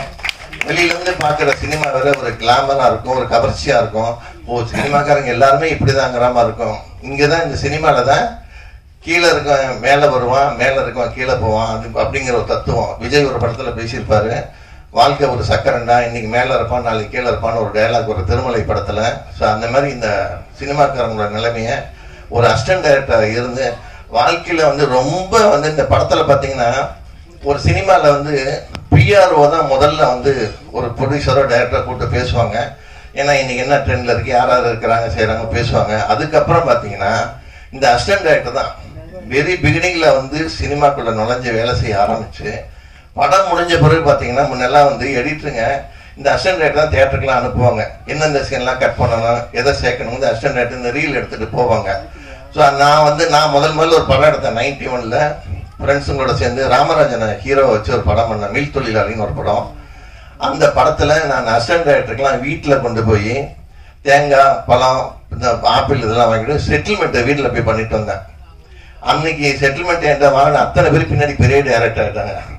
இவர் மகாராஜன், இளங்கண்ணன், அப்புறம் நாகராஜ், சூரி, இப்போ வேல்முருகன் கூட அதில் ஒர்க் பண்ணாரு. எல்லாருமே இன்னைக்கு சினிமாவில் பெரிய ஆளாக இருக்காங்க. ஸோ என்னென்ன அவங்க தான் ரொம்ப வந்து எல்லாருக்கிட்டையும் மத்தள மாதிரி இந்த அசிஸ்டன்ட் டைரக்டருங்க. டைரக்டருக்கு ஒப்பம் திட்டுவார், ஹீரோ திட்டுவாங்க, ப்ரொடியூசர் திட்டுவார், ஆர்டிஸ்ட் திட்டுவாங்க, லைஃப் பாய் முதல் கூட திட்டிட்டு இருப்பான். அதெல்லாம் மீறி அந்த அசிஸ்டன்ட் டைரக்டர் வந்து பெரிய ஆளாக வர்றாங்க. அவங்க வந்து ஒரு லட்சியத்தோட தான் இருப்பாங்க. அதை உதாரணம் சொல்ல போனா அவங்களுக்கு வந்து நான் நிறைய தடவை சொல்லியிருக்கேன் அவங்ககிட்ட, உங்கள் லட்சியம் ஒரு நாள் ஈடேறும், அதை நீங்கள் அலட்சியப்படுத்தாது இருந்தால் அப்படின்னு சொல்லுவேன். உங்கள் ஆசைகள் ஒரு நாள் ஈடேறும், அது பேராசையா இல்லாத இருந்தாலும் சொல்லி நான் என்கிட்ட இருக்கிற அசிஸ்டன்ட் டைரக்டர் படங்களை நான் 7 படம் ப்ரொடியூஸ் பண்ணிட்டேன். இப்போ கூட ஒரு படம் பண்ணிட்டு இருக்கிறேன், ஸ்ரீகாந்த் வச்சு தினசரின்னு ஒரு படம். இளையராஜா சார் தான் மியூசிக். அதில் நிறைய ஆர்டிஸ்ட் போட்டு படம் பண்ணிட்டு இருக்கிறோம். ஒரு 6 நாள் ஷூட்டிங் இருக்கு. எதுக்குன்னா இந்த சினிமாக்குள்ள இருக்கிறது இப்ப நான் பத்திரிக்காரனாவோ பிஆர்ஓ மட்டுமே இருந்திருந்தேன் சினிமாக்குள்ள என்ன நடக்குதுங்கிறது தெரியாது. ஏன்னா அவங்க எல்லாம் வருவாங்க, மேடையில் உட்காருவாங்க, பேசுவாங்க, இவங்க கேள்வி கேட்கறாங்க, அதுக்கு ஒரு கிளிப்பிங்ஸை போட்டு போயிட்டே இருப்பாங்க. அவங்களுக்கு உள்ள இன்னர என்ன நடக்குன்னு தெரியாது. இதுல 24 கிராஃப்ட்ஸ் இருக்கு. அது போக திரைமறைவு கலைஞர் நிறைய பேர் இருக்கிறாங்க. அவங்கெல்லாம் அதுக்கப்புறம் டிஸ்ட்ரிபியூட்டரு, எக்ஸிபியூட்டரு, மீடியேட்டர்ஸ், பிஆர்ஓக்கள், அந்த 24 கிராஃப்ட்ஸ் இல்லாத ஒரு 12 கிராஃப்ட்ஸ் இருக்கு. ஜிம் பாய்ஸ் முதல் கொண்டு இருக்கு. இத்தனை பேர் சினிமா நம்பிதான் இருக்காங்க. இந்த சினிமாக்காரன் மட்டும் காட்டுலயும் மலையிலையும் மேட்டுலையும் பனியிலையும் புயல்லையும் எல்லாத்துலயும் போய் வேலை செஞ்சிருப்பான், குடும்பத்தை மறந்து. அப்படி அவன் மறந்து வேலை செஞ்சாதான் நீங்க எல்லாம் ஏசியில உட்காந்துட்டு நல்லா கைத்தட்டு ரசிச்சு படம் பார்க்க முடியும். ஏன்னா அவங்களுக்கும் குடும்பம் இருக்குங்கிறத உங்களுக்கு சொல்ல வர்றோம். அதனால இப்ப ஒரு குணா பேசும்போது ரொம்ப டென்ஷனாகி பேசினாரு. ஒவ்வொருத்தருக்கும் ஒரு ஆங்கிள் இருக்கு. நீங்க வந்து சினிமாக்காரங்களுக்கும் குடும்பம் இருக்கு, அவங்களுக்கும் குழந்தைகள் இருக்கு, வாரிசுகள்லாம் இருக்கு, அவங்களும் ஸ்கூல்ல படிக்கிறாங்க, காலேஜில் படிக்கிறாங்க. ஒருத்தரை பத்தின விஷயங்களை போடும்போது அதை கொஞ்சம் தெளிவா கேட்டுட்டு நீங்க போடலாம். சம்பந்தப்பட்ட மேனேஜர்கிட்ட கேட்கலாம், இல்ல பிஆர்ஓட்ட கேட்கலாம், அசிஸ்டன்ட்ட கேட்கலாம், யாராவது ஒருத்தர் விசாரிச்சு நீங்க போட்டீங்கன்னா நல்லது. நீங்க போற ஒரு விஷயம் அந்த குடும்ப சினிமாக்கார குடும்பத்தை எவ்வளவு பாதிக்குதுங்கிறது உங்களுக்கு தெரியாது. உங்களுக்கு போற போக்குள்ள ஒரு நியூஸ். ஸோ அதனால அதுலயும் நீங்க கொஞ்சம் கவனமா இருந்து இந்த இடத்துல ஒரு வேண்டுகோளை வைக்கிறேன். ஸோ இதுக்குன்னா எல்லாருக்குள்ளயும் ஏன்னா நாங்க தேர்ந்தெடுத்த தொழில் வந்து சினிமா. நீங்க தேர்ந்த ஒரு இன்ஜினியரா இருக்கலாம், ஒரு டாக்டரா இருக்கலாம், வக்கீலா இருக்கலாம், ஜட்ஜா இருக்கலாம், அரசியல்வாதியா இருக்கலாம், எது வேணாலும் நீங்க கவர்மெண்ட் ஊழியரா இருப்பீங்க, போலீஸா இருப்பீங்க. ஆனா சினிமாக்காரன் அந்த தொழில பண்ணிட்டு வந்தேன். ஒரு ஃபங்க்ஷன்ல பேசும்போது டைரக்டர் அமீர் சொன்னாரு, நாங்கெல்லாம் பிஆர்ஓக்கெல்லாம் உட்காந்து இங்க ஒரு குரூப் போட்டோ எடுத்தோம். ஒரு ஃபங்க்ஷன்ல பொதுக்குழு நடக்கும்போது போட்டோகிராஃபரு போட்டோ எடுக்கும்போது சொன்னாரு, சார் அங்கேயே இருங்க, நகராதீங்க அப்படின்னாரு. அப்ப நான் சொன்னேன், நாங்க இங்கேயே தான் இருக்கிறோம், எங்களை பார்த்துட்டு போறவங்க பெரிய ஆளா போயிட்டு இருக்காங்கன்னு சொன்னேன். அப்ப அமீர் சொன்னாரு, அதாவது இறைவன் வந்து ஒவ்வொருத்தருக்கும் ஒரு வாய்ப்பு கொடுப்பான். நீங்க எந்த தொழில் எடுத்து என்னவாக விரும்புறீங்களோ அதுலதான் நீங்க டிராவல் பண்ணணும், அதுல எப்படி முன்னுக்கு வரணும் பார்க்கணும். இங்க இருந்துட்டு அங்க பார்த்துட்டு போறோம் பட்டுட்டீங்கன்னா நீங்க அந்த தொழிலுக்கு போயிருக்கணும் அப்படின்னாரு. அருமையான வார்த்தை அது. ஏன்னா நம்ம இங்க இருக்கிற இடத்த செய்கிற தொழிலை சிறப்பாக செய்யணும். அந்த இதை வந்து நதி வந்து கரெக்டாக செஞ்சு வச்சிருக்கிறாரு. நல்ல நேர்த்தியா இருக்கு டைரக்ஷனு, மேக்கிங் நல்லா இருந்தது. ஸோ இன்னும் கொஞ்சம் நிறைய அவருக்கு வாய்ப்புகளும் நிறைய சந்தர்ப்பங்கள் கிடைச்சுன்னா டெஃபினட்டா பெரிய டைரக்டர் வருவாரு. அவருக்கு வாழ்த்து தெரிவித்து வழிமுறை நன்றி. நன்றி. என்னை எல்லோருக்கும் ஞாபகப்படுத்தியதுக்கு இன்னொரு முறை நன்றி. உயர உயர ஒரு மனிதன் எளிமையாகி விட வேண்டும், கோபுரம் போல். அப்பொழுதுதான் பார்ப்பவர்கள் எல்லாம் கையெடுத்து கும்பிடுவார்கள். அப்படி இருக்கக்கூடிய தமிழ்நாடு திரைப்பட சங்க தலைவர் ஐயா RV உதயகுமார் அவர்களை வருக வருகன பேச அழைக்கிறேன். வணக்கம்.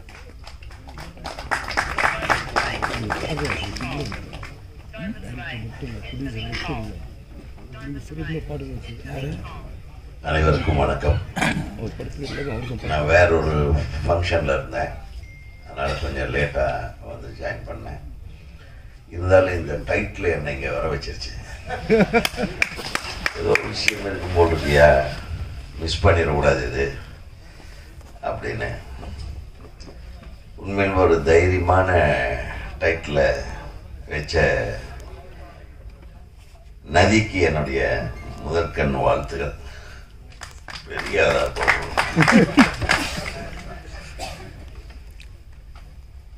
நான் இப்போதான் அந்த மீட்டிங்கில் பேசிட்டு வந்தேன். தயவு பண்ணி இப்போ நிறைய பேர் டைட்டில் வைக்கிறாங்க. இப்போ டைட்டில் என்ன டைட்டில் வைக்கிறதுன்னு யோசனை பண்ணிட்டு அவன் மோட்டர் சைக்கிளும் கார்லேயும் சுற்றிட்டு இருக்காங்க போல். யூட்டர்ன் டைட்டில் வச்சிடலாம், ஜங்ஷன் டைட்டில் வைக்கலாம், டவுன்டவுனா, சிக்னல், பார்க்கிங். நல்ல யோசனை. எவ்வளவு அழகான டைட்டில்கள் நம்ம வச்சு, நம்ம டைட்டில் வைக்கிறதுக்கே ஒரு வாரம் 10 நாள் ரூம் போட்டு டிஸ்கஸ் பண்ணுவோம். நல்ல டைட்டில் கொடுக்குற உதவியாளருக்கு வந்து ஒரு 10,000 ரூபாய் 5,000 ரூபான்னு சன்மானம் கொடுப்போம். அதனால சூப்பரான டைட்டில் வச்ச உனக்கு என்ன கொடுக்கறதுன்னு தெரியல. என்ன கொடுக்கலாம்? இதுக்கு அந்த இதை கொடுத்தோடனே டென்ஷன் ஆயிட்டேன் நான். ஒரு நீளமா நான் உன்னையும் வேண்டி விரும்பி கேட்டுக்கிறேன். இதுக்கு நீ வந்து ஆண் உரை டைட்டில் வச்சிருந்துக்கலாம் இல்லையா? அது கூட அழகான டைட்டில் தான். இல்ல, இது எல்லாத்துக்குமே தெரியும். இங்கிலீஷ்ல இருந்தாலும் சரி, இது எல்லாரும் தெரிஞ்சு வச்சுக்கிறாங்க. அது வேற விஷயம், காமன் டைட்டில் தான். பட் நான் திங்க் பண்ணேன், சரி இது ஒரு விஷயமா இருக்குன்னு. இவன் அசிஸ்டன்ட் டைரக்டராக இருக்கும்போது என்னென்னலாம் மைண்டில் தோணுச்சோ, சினிமான்னா அப்படி இருக்கலாம் இப்படி இருக்கலாம், நல்லா உசுப்பேற்றி விட்டு ஜாலியாக இருக்கலாம், மேட்ரு அப்படி ஒரு ஃபிகர் கரெக்ட் பண்ணிக்கலாம், அப்படி இப்படி ஏதோ யோசனை பண்ணிட்டு வந்திருப்பான் போல் இருக்கு. அதையெல்லாம் வச்சு ஒரு படம் எடுத்துக்கலாம்.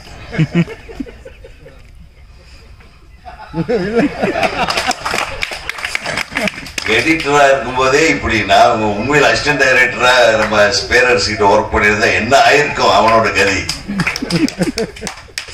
நாங்கெல்லாம் அந்த காலத்துல அசிஸ்டன்ட் டைரக்டர் 2 படத்தில் ஒர்க் பண்ணிடுவோம்.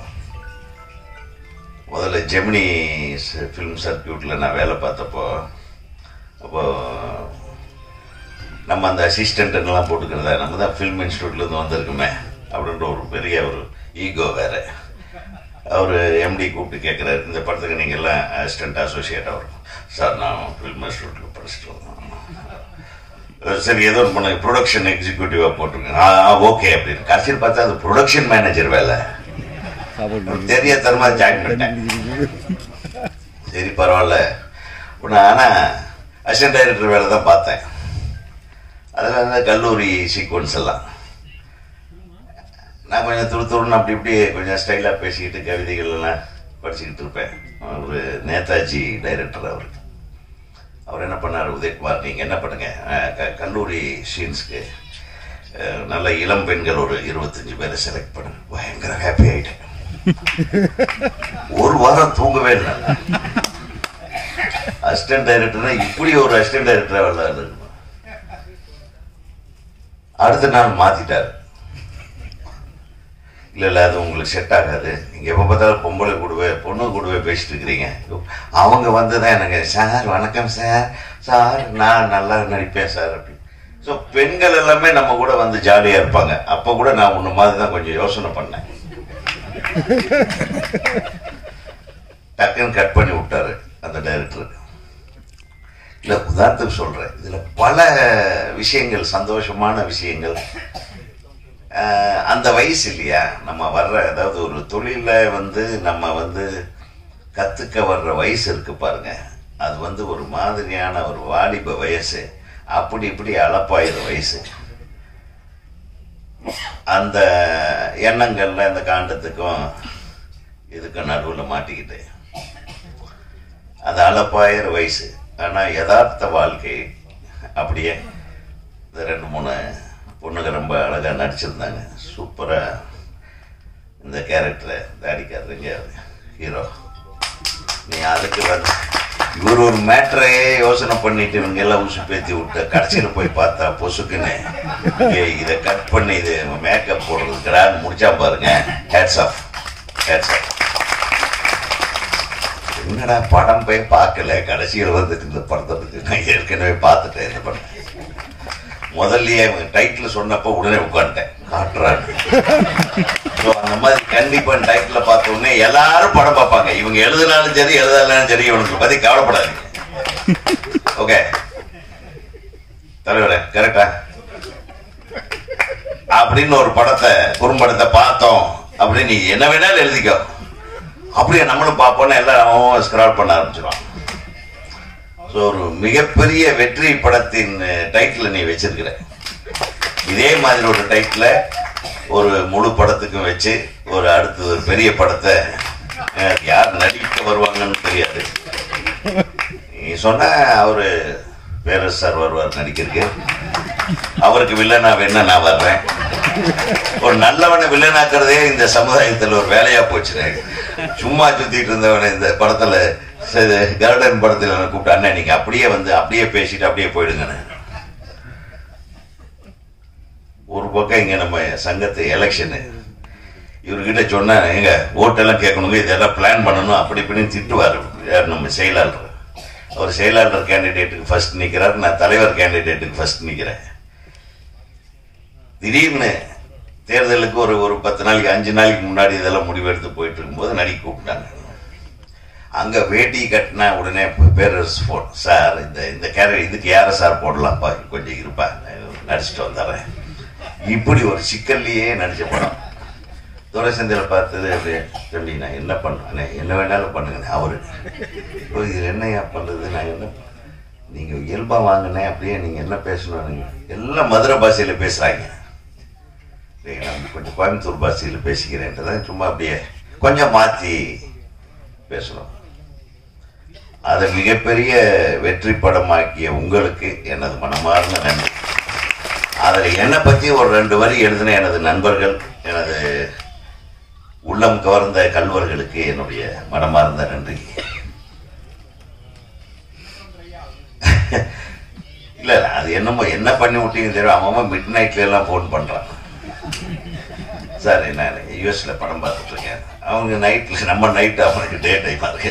அவன் மலேசியாவிலேருந்து ஒரு 11 மணிக்கு நைட்டு 2 மணிக்கு படம் பார்த்துட்டு துபாயிலேருந்து ஃபோன் பண்ணுறாங்க. ஆனால் இந்த அளவுக்கு ஒரு ரீச் இருக்கா, இதை தப்பு பண்ணிட்டோமே, பேசாமல் டைரக்ஷனுக்கு வராமல் நடிக்க வந்திருக்கலாமே, அப்போவே 4 பேர் சொன்னாங்களே கேட்காம விட்டோம். ஆக நீ அடுத்த படத்தில் இதே மாதிரி டைட்டில் வைக்கணும். இந்த இந்த இந்த இலக்கண வரம்புக்கு உட்பட்டு அது உட்பட்டு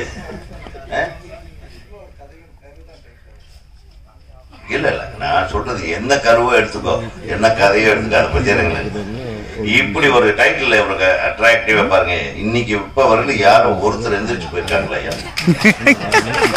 அந்த டைட்டிலுக்கு எவ்வளவு ஒரு அட்ராக்ஷன் இருக்கு பாத்தியா? அந்த காலத்துல பலூனை வெட்டி ஓட்டிக்குவார்.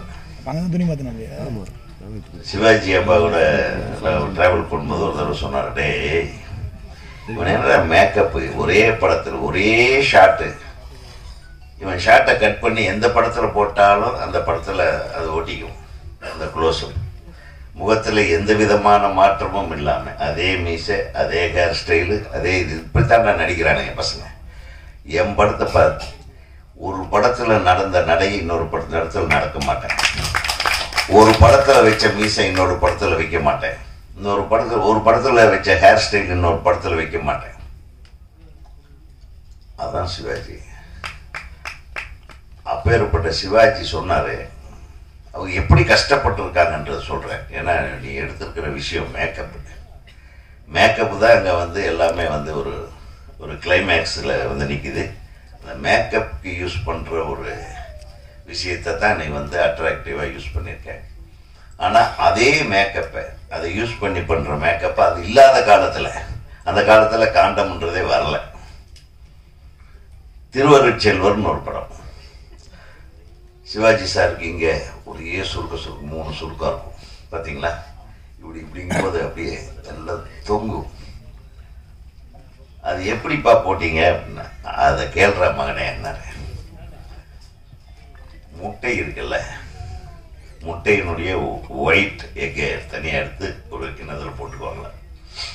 வாழைப்பழம் இருக்கு இல்லையா, அந்த மலை வாழைப்பழத்தை உரிச்சு அந்த தோல் இருக்கு இல்லையா, இந்த தோலுக்கும் அந்த மலை வாழைப்பழத்துக்கு நடுவில் ஒரு இது இருக்கும் இல்லையா, இந்த உரிச்சு அது வந்து கொஞ்சம் அப்படியே அது வந்து நாராக இருக்கும். அதையும் போட்டு நல்லா குழப்பிக்குவாங்க. அப்புறம் இவங்க ஸ்கின் டோனுக்கு தகுந்த மாதிரி அந்த பவுடரை மிக்ஸ் பண்ணி அதை நல்லா குழப்பிட்டு அதை எடுத்து அப்படி அப்படியே கட்டி எந்தெந்த இடத்துல எல்லாம் வேணுமோ எல்லாம் வச்சுட்டு சீனில் நடிக்கணும். அப்படியே மேக்கப் போட்டுருவோம். அப்படியே பக்காவாக அந்த வயசான இடத்துல எல்லாம் அந்தந்த இதை கரெக்டாக வச்சு அப்படி பண்ணி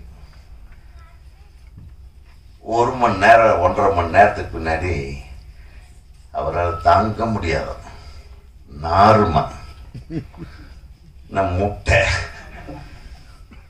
பக்கத்தில் இருக்கிறவங்களுக்கு நாத்தமா இருக்கு, எனக்கே கேவலமா இருக்கும்டா.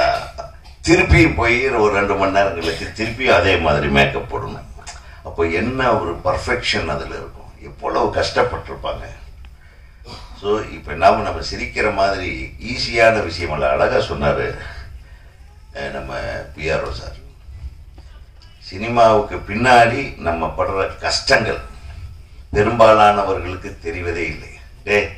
அவங்க அழகான போன படம் சரியில்லடா அவனது, இந்த படத்தை இப்படியெல்லாம் பேசுவாங்க. அவன் இவன் ஒருமையில சினிமாக்காரனை பேசுவாங்க. ஆண்டவன் பரவாயில்ல, அவன் கண்ணில் தெரியறது இல்லை, நம்ம என்ன வேணாலும் பேசிக்கல, நம்ம பக்கத்தில் வச்சுட்டே பேசுறாங்கல்ல, அதான் நான் டென்ஷனா இருக்கு. அதனால ஒவ்வொரு தொழிலுக்கும் அதுக்கு உண்டான கஷ்டங்கள், அதுக்கு உண்டான விஷயங்கள் நிறைய இருக்கு. ஒரு குறும்படத்துல தம்பி சொன்னவங்க யாரோ சொன்னாங்களே, ஒரு நம்ம நடன இயக்குனர் சொன்னார், ஒரு குறும்படத்துல ஒரு விஷயத்தை எவ்வளவு அழகா கம்யூனிகேட் பண்ண முடியும். மற்ற உணர்வுகள் எல்லாத்தையும் வேற வேற மாதிரி வெளிநடத்தி போய் ஆனால் உண்மை என்ன அப்படிங்கிறது கொண்டாந்து ஒரு கிளைமேக்ஸை வச்சோம் பாருங்க. அதுக்காகத்தான் நான் வந்து பாராட்டுறேன் இந்த படம். இந்த படத்தில் நடித்த நடிகர்கள் நடிகைகள், வாழ்த்த வந்திருக்கும் எனது அன்பிற்குரிய தம்பிகள் அனைவருக்கும் எனது மனமார்ந்த வாழ்த்துக்கள். அது மட்டும் இல்லை, இதில் குறிப்பாக நம்ம சொல்லணும்னா எங்கள் சினிமா, எங்களை வாழ வைக்க வந்த சினிமா அது தங்க சினிமா. நான் பாட்டு எழுதிருக்கியா, எனக்கு பொறாமையா இருக்கு.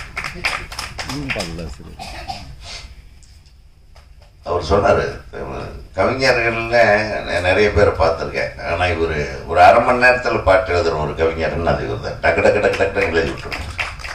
அதை கவி எழுதின எல்லா பாட்டுகளுமே இந்த விஜய்க்கு, குறிப்பா விஜய்க்கு, அதாவது விஜய்க்குன்னா அவருக்கு வந்து உடும்போல் இருக்கு. பட்ட பட்ட பட்ட பட்ட பட்ட படன்னு பட்டாசு வெடிக்கிற மாதிரி திருப்பாச்சியும் சிவகாசியிலையும் அவர் எழுதின பாட்டுகள்லாம் இன்னைக்கு வரையிலும். அந்த 2 படத்தையும் இப்ப திருப்பி ரீரிலீஸ் பண்ணாங்கன்னு வை அண்ணே, அப்புறம் உங்க டேட்டுக்கு நாங்க அலையணும்னே.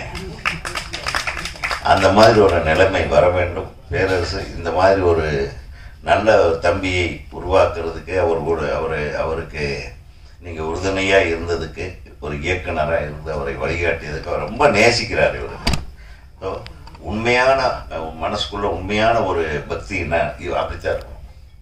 ஒரு நமக்கு சீனியருக்கு நம்ம ஒரு மரியாதை கொடுக்கணும். எனக்கும் தான் 4 சீனியர் ஜூனியர் இருந்தானே.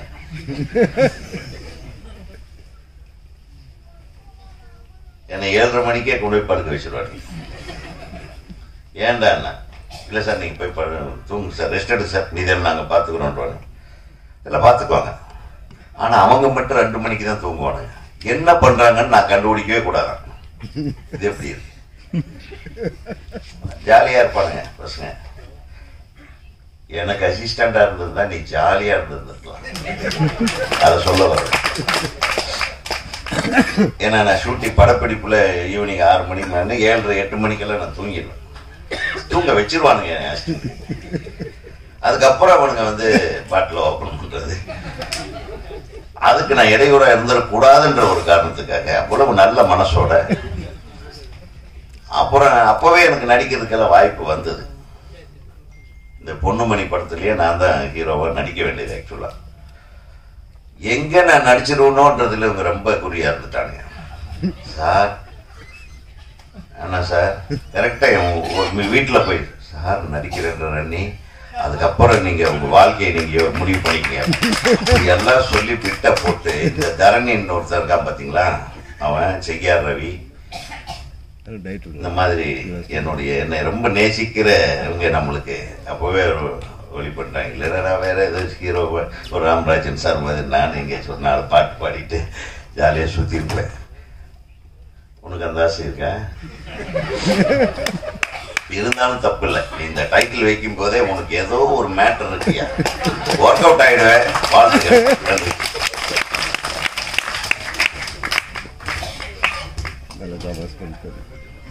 காண்டமை காமெடியாக மாற்றிய ஐயாவுக்கு நன்றி.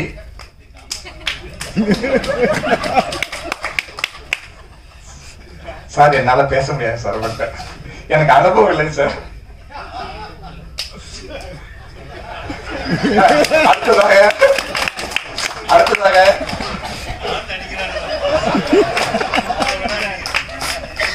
அடுத்ததாக பேரன்போடு அருமை அண்ணன் பேரரசு அவர்களை பேச வருக வருக என வரவேற்கிறோம்.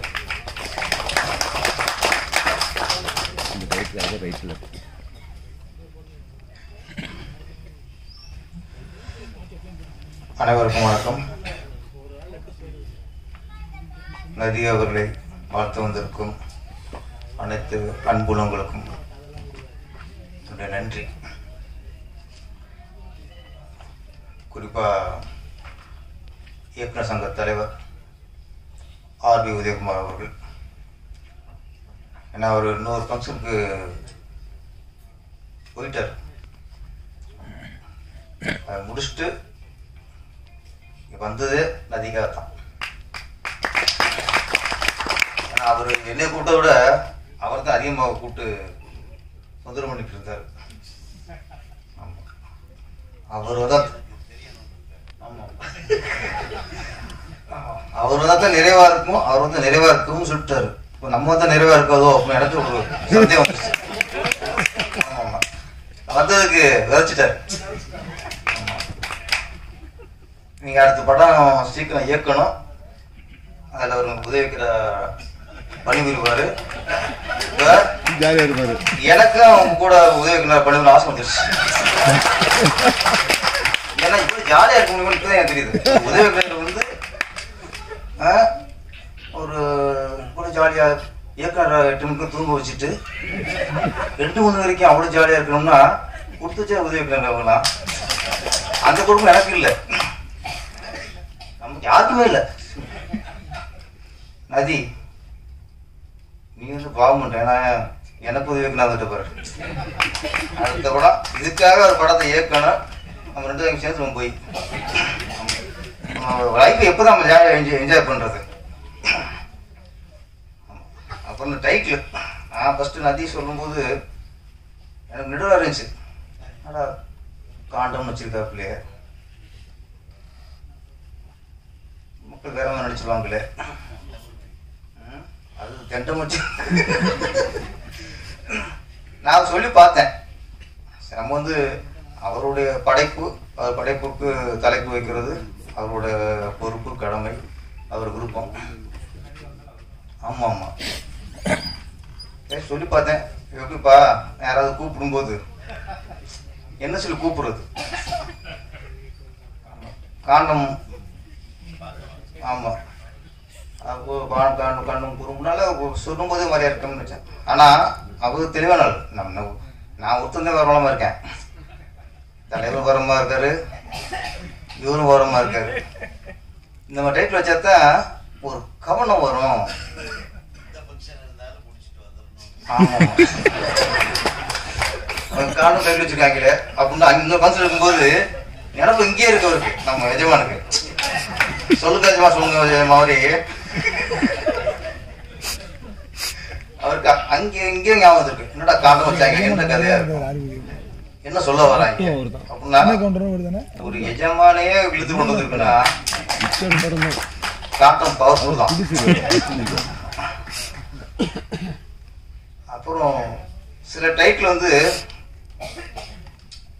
அது இங்கிலீஷ் வச்சாலும் அது இங்கிலீஷா தெரியாது. சிலதான் நம்மளுக்கு இங்கிலீஷ் வார்த்தையா தெரியும். சில டைட்டில் வந்து இப்போ ஜென்டில்மேன் அது வந்து நம்மளுக்கு இங்கிலீஷ் டைட்டில் தான், ஆனால் நிறைய பழக்கப்பட்ட வார்த்தை. காட்ஃபாதர் இந்த மாதிரி சில நிறைய பழக்கப்பட்ட அதிகமாக பழக்கப்பட்ட வார்த்தை வந்து அது இங்கிலீஷ் வச்சாலும் அது இங்கிலீஷ் தெரியாது. அந்த மாதிரி காண்டமா காண்டம் வைக்கிற மாதிரி ஆயிட்டு கிடையாது. காண்டம்ங்கிறது அது இங்கிலீஷ் வச்சாதான் கரெக்ட். அவசரம் மாதிரி ஆணு வச்சுங்களே வேற மாதிரி ரொம்ப பச்சையா போயிடாது. அப்பப்போ சிலதெல்லாம் நம்ம உள்குத்துலாம் பண்ணுவார் அவரு. அது கேட்டாரு சில விஷயங்கள் கேட்கணும் அவர்கிட்ட, சில விஷயங்கள் உஷாராயிருக்கணும். அது இந்த காண்டம்ங்கிறது இங்கிலீஷ் வச்சாதான் கரெக்டு. அதில் டைட்டில் வந்து எல்லாருக்கும் டைட் பார்த்து உள்ள போய் பார்க்கணுங்கிற ஒரு ஆர்வம் வரும். அதுக்கு என்னுடைய பாராட்டுக்கள்.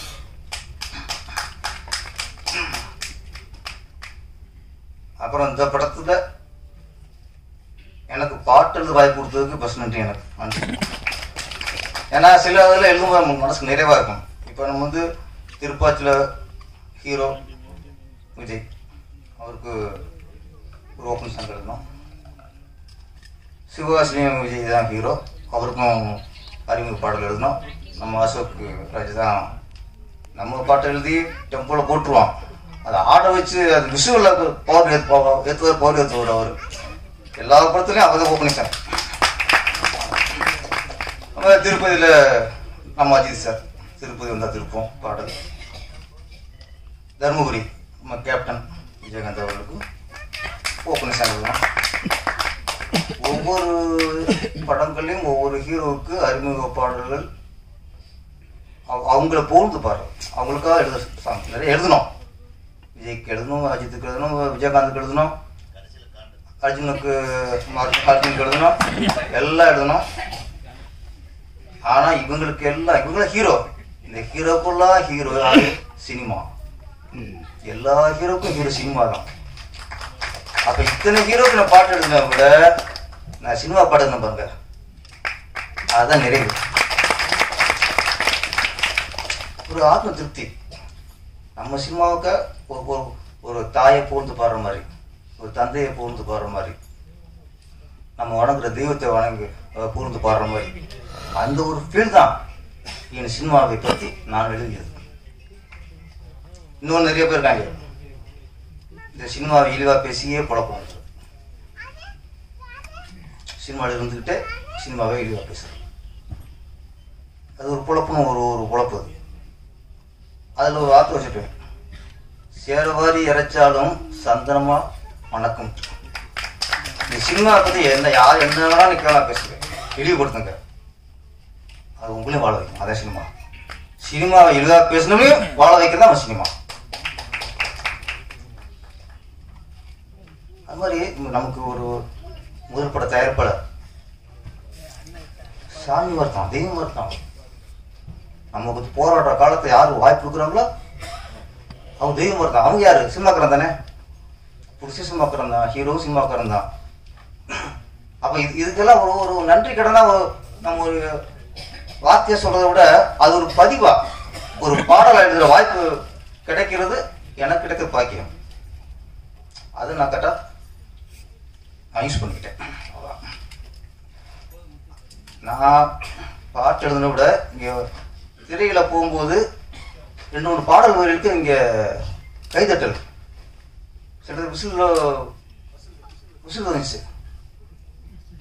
அப்போ அது பாடல் வரிக்கான கைதட்டல் இல்லை, சினிமா நேசிச்சுட்டு இருக்காங்க, சினிமா உசுரா நினைச்சிருக்காங்க, அதெல்லாம் கைதட்டாங்க விசில் அடிக்கானா எப்படி வரும்? தான் சார்ந்த திரைத்துறையை அப்படி அதுக்கான வரிகளை போடும்போது கைதட்டானா சினிமா நேசிச்சிருக்காங்க. அப்போ அந்த கைதட்டு கேட்கும்போது நமக்கு சந்தோஷம், சில சந்தோஷமும் தான் நமக்கு மனசுக்கு முழுமையான ஒரு திருப்தியை கொடுக்கும். அந்த மாதிரி திருப்தி தான் பாடல் காமிச்சது. இன்னொன்று நதியை பற்றி சொல்லணும். ஒருவேளை நானும் அவரும் ஒன்று தான், ஒரு ஒற்றுமை இருக்கு. நான் உதவி இயக்குனரா சரி அழைச்சிக்கிட்டு இருக்கேன். சரி டேரக்டரை போய் பார்த்துருவோம், மறுநாள் சேர்ந்துடலாம்னு நினைக்கிறது பார்க்கவே முடியாது.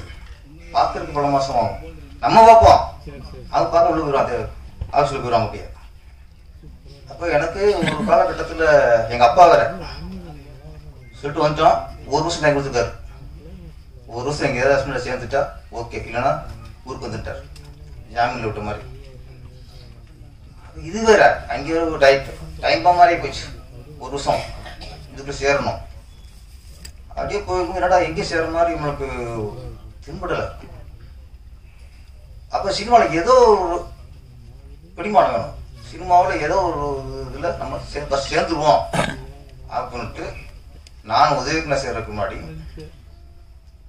நான் உதவி எடிட்டராக பணி புரிஞ்சேன். சோலைக்குன்னு ஒரு படம், அதில் நான் உதவி எடிட்டர். நான் சினிமா ஏதோ ஒன்று நம்ம ட்ராவல் பண்ணுவோம், அதில் எடிட்டர் பண்ணி அதுக்கப்புறம் ராமநாத சார்ட்ட உதவிக்குள்ள ஒர்க் பண்ணி அதுக்கப்புறம் டைரக்டர் ஆகிட்டோம். அது மாதிரி இவரும் உதயகுமார வந்தவர் தான், இயக்குனர் கனவு கூட வந்தவர் தான். இந்த டிராவலில் சரி ஏதோ ஒரு இதில் ஒரு கட்டுமரத்தில் ஏறிடுவோம் அப்படின்னு ஏறின கட்டுமரம் தான் எடிட்டிங். என்னோட எல்லா படங்களுக்கும் எடிட்டர் ஜெய்சங்கர் சார், திருப்பாச்சி எல்லா படம் வரலாம். அப்புறம் 3ஆவது படத்துலேருந்து இவர் ஜாயின் பண்ணார் நதி. அப்போ யாராவது அவங்க கவனத்தை ஈர்ப்பாங்க, ஒரு கேமரா அசிஸ்டண்டோ இல்லை ஒரு எடிட்டர் அசிஸ்டண்டோ, டான்ஸ் மாஸ்டர் இருக்கும்போது டான்ஸ் மாஸ்டருக்கு அசிஸ்டன்ட்லாம் இருப்பாங்க. யார் நம்ம கவனத்தை ஈர்க்கிறாங்களோ அவன் உண்மையான உழைப்பாளி, நேர்மையான உழைப்பாளி. அவன் சில பார்ப்பான் கேமரா அசிஸ்டண்ட்ல 7 பேர் ஒர்க் பண்ணுவாங்க, ஆனால் யாரோ ஒருத்தர் கூட அவன் பார்வைப்படும். அன்றைக்கி அவன் பேர் அவன் கூப்பிடுவோம், கூப்பிட்டு கேமரா சொல்லுவோம். அவன் யாருன்னா அவன் தான் சினிமாவில் உண்மையாக சினிமா உயிரை நினைச்சு உழைக்கிறான். அந்த மாதிரி ஒரு ஆள் தான் அவர். ஏன்னா ஜெய்சங்கர்கிட்ட அவர் ஒர்க் பண்ணும்போது இவர் பக்கம் கவனம் திரும்புது. ராப்பகலாம் விடிய விடியும் கூட உட்காருவார். அந்த மாதிரி ஒரு உழைப்பை. ஏன் உழைப்பு எப்படி வரும்னா, நம்ம நேசிக்கிற தொழிலை நம்ம பண்ணாதான் உழைப்பு வரும். நம்ம பிடிக்காத தொழிலை பண்ணும்போது அது உழைப்பு வராது. அதனால இவரு சினிமா உயிரா நினைக்கிறாரு. அதனால அந்த உழைப்பு வந்திருக்கு.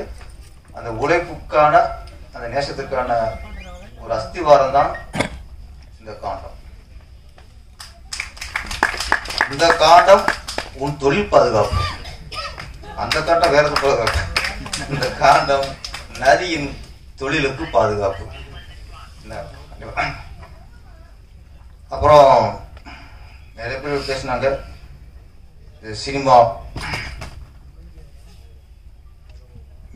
சினிமா பற்றிய ஒரு கூர்முடங்கிறனால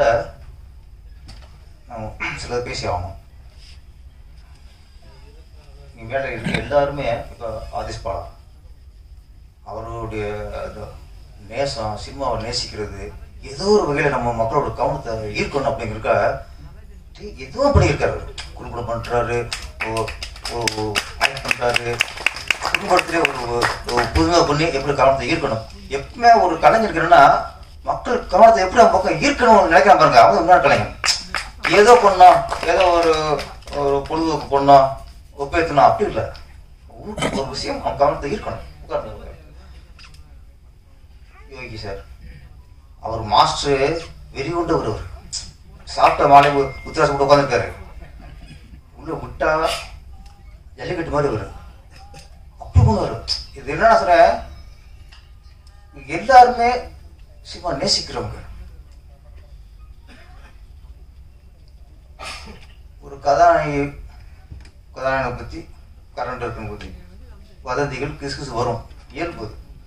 அது எப்பவுமே எம்ஜிஆர் காலத்துல, சிவாஜி காலத்துல இருந்து இப்போ ரஜினி காலம், கமல்ஹாசன், விஜய், அஜித் கிசுகிசு வரும். அது சில விஷயம் அவங்கள பாதிக்காது. அவங்கள அதை கடந்து போறாங்க, நினைக்க மாட்டாங்க. ஒரு கதாநாயகனை பத்தியும் ஒரு கதாநாயகியை பத்தியும் கிசுகிசு வரும் பொழுது அவர்களே அதை பெரிதாக நினைக்க மாட்டார்கள். இது சினிமாவில் இது சகஜம் அப்படின்னு தாண்டி போயிடுவாங்க. நான் அப்படி எழுது தப்பு இல்லை. ஒரு கதாநாயகி ஒரு 10 வருஷமா சினிமாவில் பயணிச்சு நடிச்சு அதுக்கப்புறம் அவங்க யாரையோ ஒருத்தர் விரும்பி கல்யாணம் பண்ணி அவங்களுக்கு குழந்தைலாம் பிறந்து அதுக்கு பேர் வச்சு ஸ்கூலில் சேர்த்துட்டாங்க. இப்போ போய் அந்த கதாநாயகி ஆரம்ப காலத்தில் எந்தெந்த நடிகருடன் தொடர்பில் இருந்தார். கேவலம் அல்ல, கேவலம் தானே. ஒரு பெரிய நடிகர் அவருக்கு பையனோ பொண்ணு பிறந்து பேரம்பத்தியை நீ +1 +2 படிச்சிருக்காங்க. இப்ப இந்த நடிகரை குறிப்பிட்டு 40 வருஷம் 50 வருஷத்துக்கு முன்னாடி அவர் ஃபர்ஸ்ட் எந்த நடிகரை தொடர்பு இருந்தாரு, இந்த நடிகருடைய பணி அவர் ஏமாத்திட்டாரு. நான் என்ன சொல்றேன்னா, இந்த செய்தியில போடும்போது இந்த பேரையும் படிப்பாங்க இல்லையா,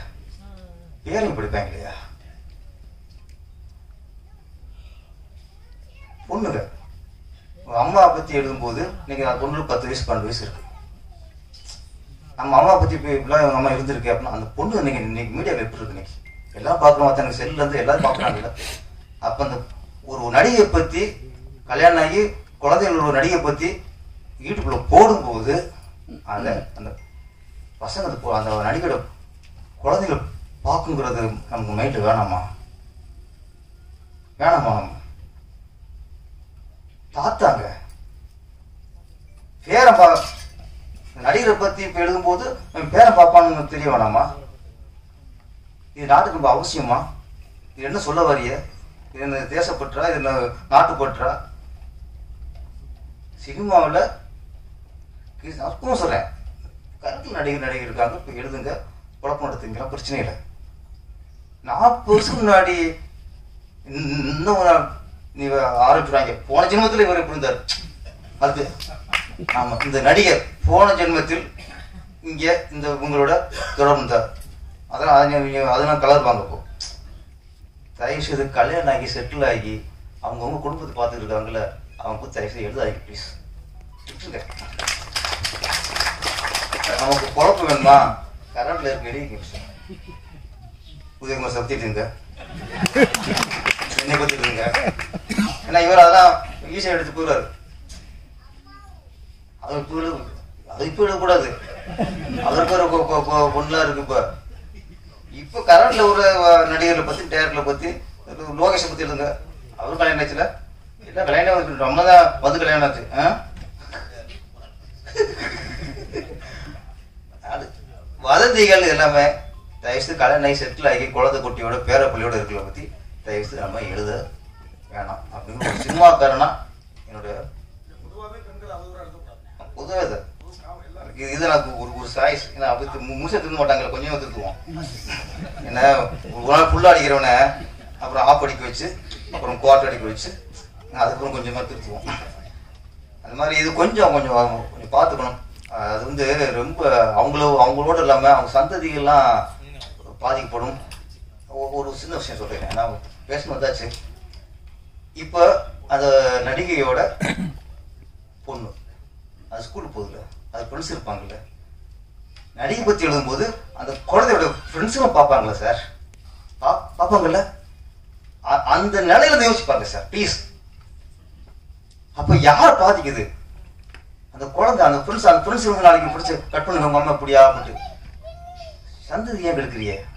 அதுலேயே விஷத்தை பாய்ச்சிருங்க. ஏன்னா இந்த படத்தை கதை அப்படி சினிமான்னா சொல்லுவான், சினிமா எல்லாம் கிடைக்கும், ஈஸியாக கிடைக்கும், அது கிடைக்கும், பொண்ணுங்க அப்படி இருப்பாங்க இப்படி இருப்பாங்க. அவங்க ஒழுங்கா தான் இருந்தாங்க. ஹீரோ ஃபர்ஸ்ட் நவராத்திரி சிவாஜி கணேசன் நடிக்கிறான். 3 கட்டப்பு 4 கட்டப்பு 4 கட்டப்பு ஒவ்வொன்றும் ஒரு டிஃப்ரெண்ட். நல்லா தான் இருந்தாங்க. இவங்க புஷ்பேத்தி சினிமா அப்படின்னா அவங்களுக்கு ஆசை வந்துருச்சு. ஓகே தனியாக பொண்ணு மாட்டினா அதுதான் மனைக்கு நினச்சிக்கிருக்காப்புல. அது இல்லை. சினிமாவில் சொற்போசுறேன், ஆண்களை விட பெண்கள் சினிமாவில் ரொம்ப நேர்த்தியா, ரொம்ப நேர்மையா, ரொம்ப பொறுப்பாக பண்றாங்க. அது மேக்கப் பண்ணா இருக்கட்டும், காஸ்டியூமா இருக்கட்டும், வந்து பாருங்க. ஆண் அசிஸ்டன்டோட ஒரு பெண் அசிஸ்டன்ட் கரெக்டா இருக்காங்க. அப்படி இருக்காங்க சினிமாவில் பெண்கள்லாம். யார் வந்து பெண்களுக்கு இழிவா பேசிக்கிறீங்க? அதனால சினிமா அப்படிங்கும்போது ஆளாருக்கு ஒரு கற்பனை இப்படி இருக்கும் அப்படி இருக்கும். எல்லா தொழிலிருந்து எல்லாமே ஒரு தொழில் தான். காவல்துறை சவுக்கு சங்கரா கைது பண்ணிருக்காரு அவங்க சவுக்கு சங்கர். காவல்துறை அப்படின்னா அது ஒரு தொழில், காவல் தொழில் தான்.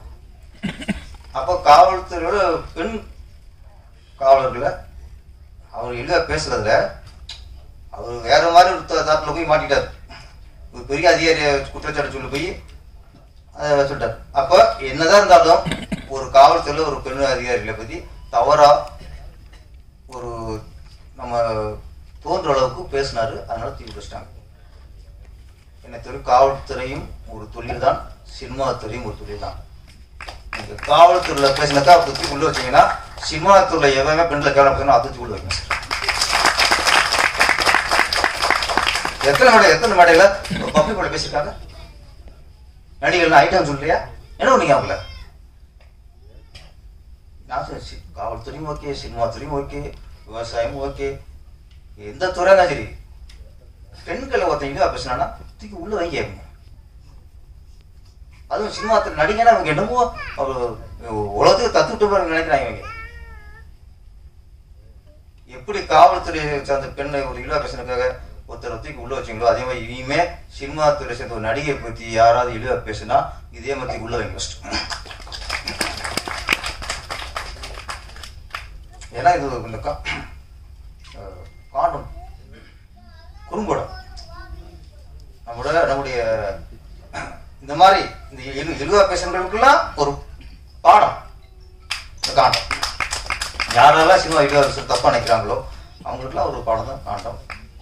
ஒரு சினிமா நேசிக்கிறதுனால தான் இந்த பாஷா படத்தை சொல்றாங்கல்ல, நாட்டின் நரம்புலாம் முறுக்க இருந்தவங்க அடி அடிச்சாங்க. அது மாதிரி சினிமாவில் இந்த அளவுக்கு நேசிச்சு வரவங்களால அப்படிலாம் எடுக்க முடியும். வாழ்த்துக்கள். குறும்படம் அடுத்து பெரும்படமா எடுத்து மிகப்பெரிய வெற்றி அடைய வேண்டும். நன்றி, வணக்கம். அனைவருக்கும் வணக்கம். இந்த காண்டம் குறும்படத்துடைய இயக்குனருக்கு தமிழ்நாடு திரைப்பட இயக்குனர் சங்கத்தின் சார்பாக தலைவரும் செயலாளர் அவர்களும் இயக்குனர் நதி அவர்களுக்கு பொன்னாடை போற்றுவார்கள்.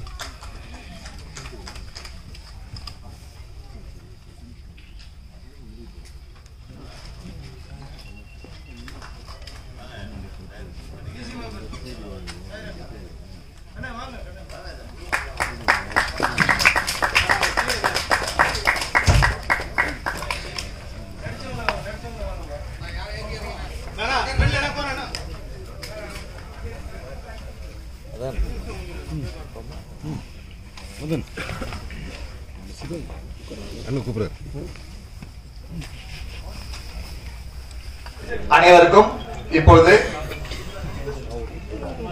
எடிட்டர் இயக்குனர் நதி அவர்கள் இப்பொழுது நன்றி உரையாற்றுவார். அதன் பிறகு சிடி வெளியிடும். அனைவருக்கும் வணக்கம். இது என்னோட முதல் மேடை. அதனால ஒரு சின்ன தயக்கம். சினிமா இது 13 வயசுல எனக்கு வந்த ஒரு சின்ன ஆசை. அதை பிடிக்கிறதுக்காக தான் சென்னை தேடி வந்தேன். சென்னை வந்த முதல் நாளே என்னைய சினிமா ஏத்துக்கிட்டது அப்படிங்கிற ஒரு சம்பவம் இருக்கு. அந்த சம்பவம் முதல் நாளே நான் சினிமாக்குள்ள கால் எடுத்து வச்சேங்கிறதால பயம் கிடையாது. எவ்வளோ பிரச்சனை வந்தாலும் தைரியமா இருந்தேன். ஏன்னா 2003 சில பல காரணத்தால சென்னை வர வேண்டிய சூழ்நிலை ஆச்சு. அப்ப வீட்டில் சொல்லாம ஓடியான்ட்டேன். அப்ப எங்க அண்ணன் ஒருத்தவங்க இருந்தாங்க, சிவபிரகாசம். அவரையும் ஃபோன் நம்பரும் மட்டும்தான் தெரியும், பேரு ஃபோன் நம்பர் தான் தெரியும், அவரை தெரியாது. எங்க ஊருக்காரங்க அவர் அழைச்சிட்டு வந்து எப்படியோ பிடிச்சி வந்துட்டேன். கிளம்பி போகும்போது எதுக்குடா வந்த, ஏதோ சொல்லாம வந்துட்டியா அப்படின்னு ஒரு திட்டினாங்க. எங்கடா ஊருக்கு அனுப்பிட்டு வர்றோன்னு பயத்துல, இல்லைண்ணே சும்மா லீவு அதனால வந்தேனே அப்படின்னு சொல்லி போய் சொல்லி சைக்கிள்ல அழைச்சிட்டு வர்றாரு. முதல் நாள் சினிமா எங்க இருக்குன்னு தேடிக்கிட்டே மனசுக்குள்ள ஓட்டிக்கிட்டே வந்தேன். எங்க அண்ணா சொன்னாரு, டேய் இதாண்டா கேப்டன் வீடு அப்படின்னாரு. என்ன முதல் நாளே ஏற்றுக்கொண்ட கலைத்தாய்க்கு நன்றி சொன்னது இல்லாம அவளுக்காக உண்மையா இருக்கணும் உழைக்கணும்னு நினைச்சேன். இன்னவரை அதெல்லாம் பண்ணிட்டு இருக்கேன். அதுக்கு சில எப்பயும் போல சினிமால ஏமாற்றங்கள், துரோகங்கள், பிரச்சனைகள் எல்லாம் இருக்கும். அதை தாண்டலன்னா ஜெயிக்க முடியாது அப்படிங்கிறத தெரிஞ்சுக்கிட்டேன். அப்புறம் ஒரு சில பேருக்கெல்லாம் சில நன்றி சொல்லணும். அதனால எனக்கு சரியா பேச தெரியாது. இருந்தாலும் தவறா இருந்தா மன்னிச்சுக்கங்க. அதே மாதிரி நான் முத சினிமாவுக்கு காரணமா இருந்தது கே.எஸ். ரவிக்குமார் சார். ஃபர்ஸ்ட் அவர் நடிகர் நினைச்சிட்டு அவரை மாதிரி ஆகணும் அப்படின்னு சொல்லிட்டு எல்லா வேலையும் பார்த்தேன். ஒரு 10th படிக்கிறதுக்கு முன்னாடி அவர் டேரக்டர் போ அப்படின்னாங்க. ஐயோ டேரக்டரா, அப்போ அவர் நடிகர் இல்லையா அப்படின்ட்டு. டேரக்டர்னா என்னவா இருக்கும் அப்படின்னு யோசிக்க ஆரம்பிச்சிட்டேன் ஒரு 8வது 9வதுலயே. அதனுடைய விளைவு தான் சினிமா தேடி வந்தோம். இங்க வந்ததுக்கு அப்புறம் தேடல் போகும்போது நிறைய ஏமாற்றங்கள் அப்படி இப்படி பிடிச்சி அப்படியே வந்துட்டு எட்டிங் படிச்சு வந்தேன். சொந்த முடம் அப்படி பார்த்தாலும் என் வாழ்க்கையிலேயே முறையா சென்னை வந்து எனக்குன்னு ஒரு ட்ரெஸ் எடுத்து கொடுத்தாங்க எங்க சார், பேரர் சார். அது வந்து எனக்கு ரொம்ப ஃபீல் ஆச்சு. ஏன்னா சென்னை வந்து அப்போ ஒரு 7-8 வருஷம் ஆச்சு. பல கஷ்டப்பட்டு எப்படியோ அசிஸ்டன்ட் எடிட்டரா பிடிச்சேன். அப்போ ஒர்க் பண்ணும்போது சார் கொடுத்தாங்க.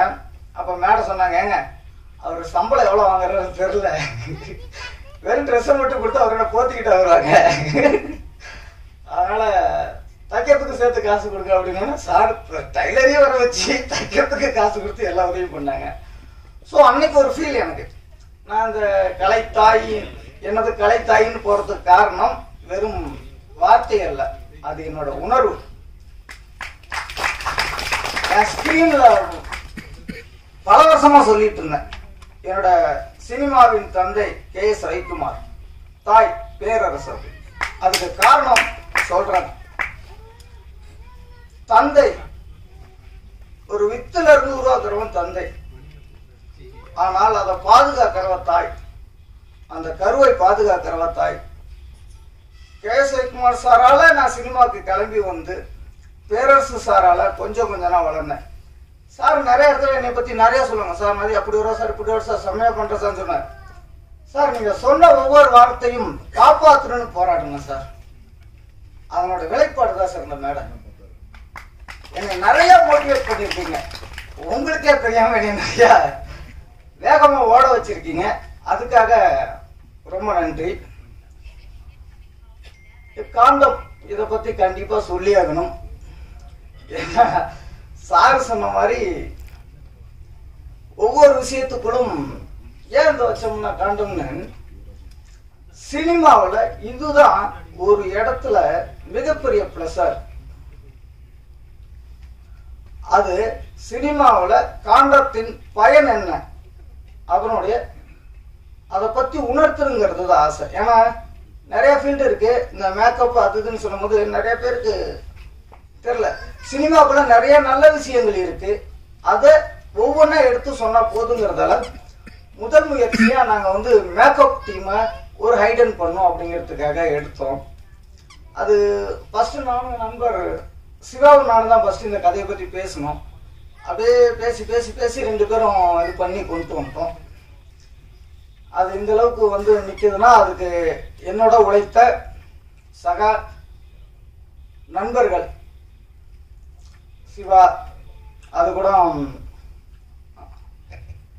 போஸ்ட் ப்ரொடக்ஷன் நண்பர்கள் சில பேர் மேடை கலைக்கணும்னு ஆசைப்படுறேன் சார். ரவி அண்ணா, MP ரவி அண்ணா, ஆவடி ரவி அண்ணா, ரோஷன்,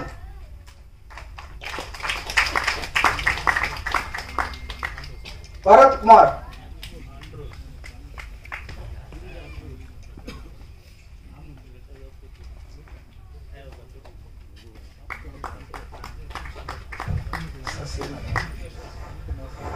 சசி அண்ணா,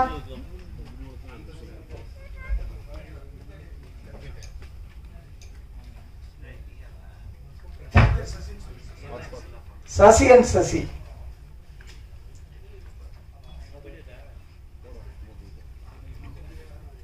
பிரகாஷ் அண்ணா,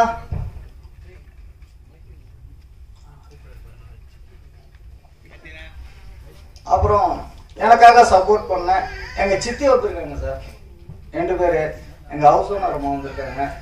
ஸோ இவங்க எல்லாரும் எனக்கு மிகப்பெரிய, நான் இந்த இடத்துல நிக்கிறதுக்கு இவங்க பிளஸ் நீங்கள் தான் காரணம்.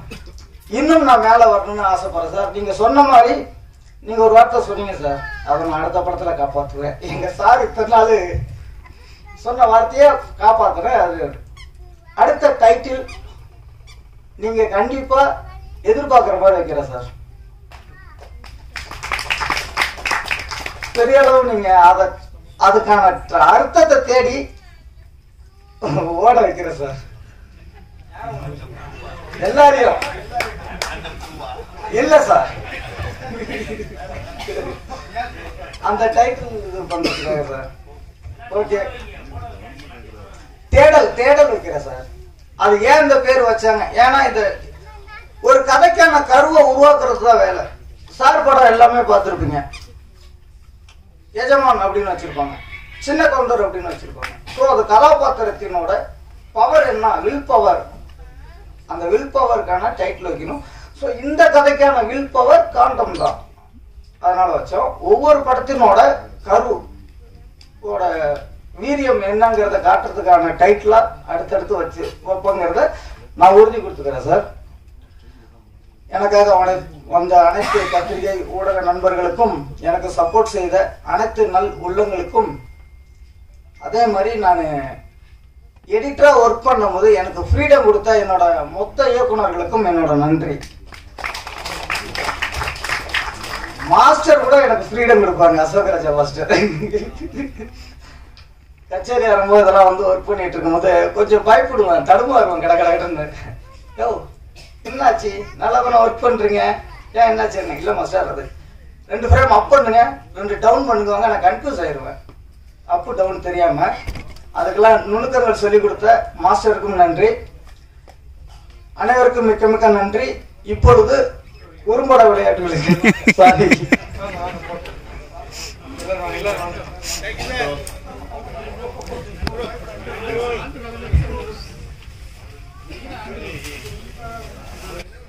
Okay, sir.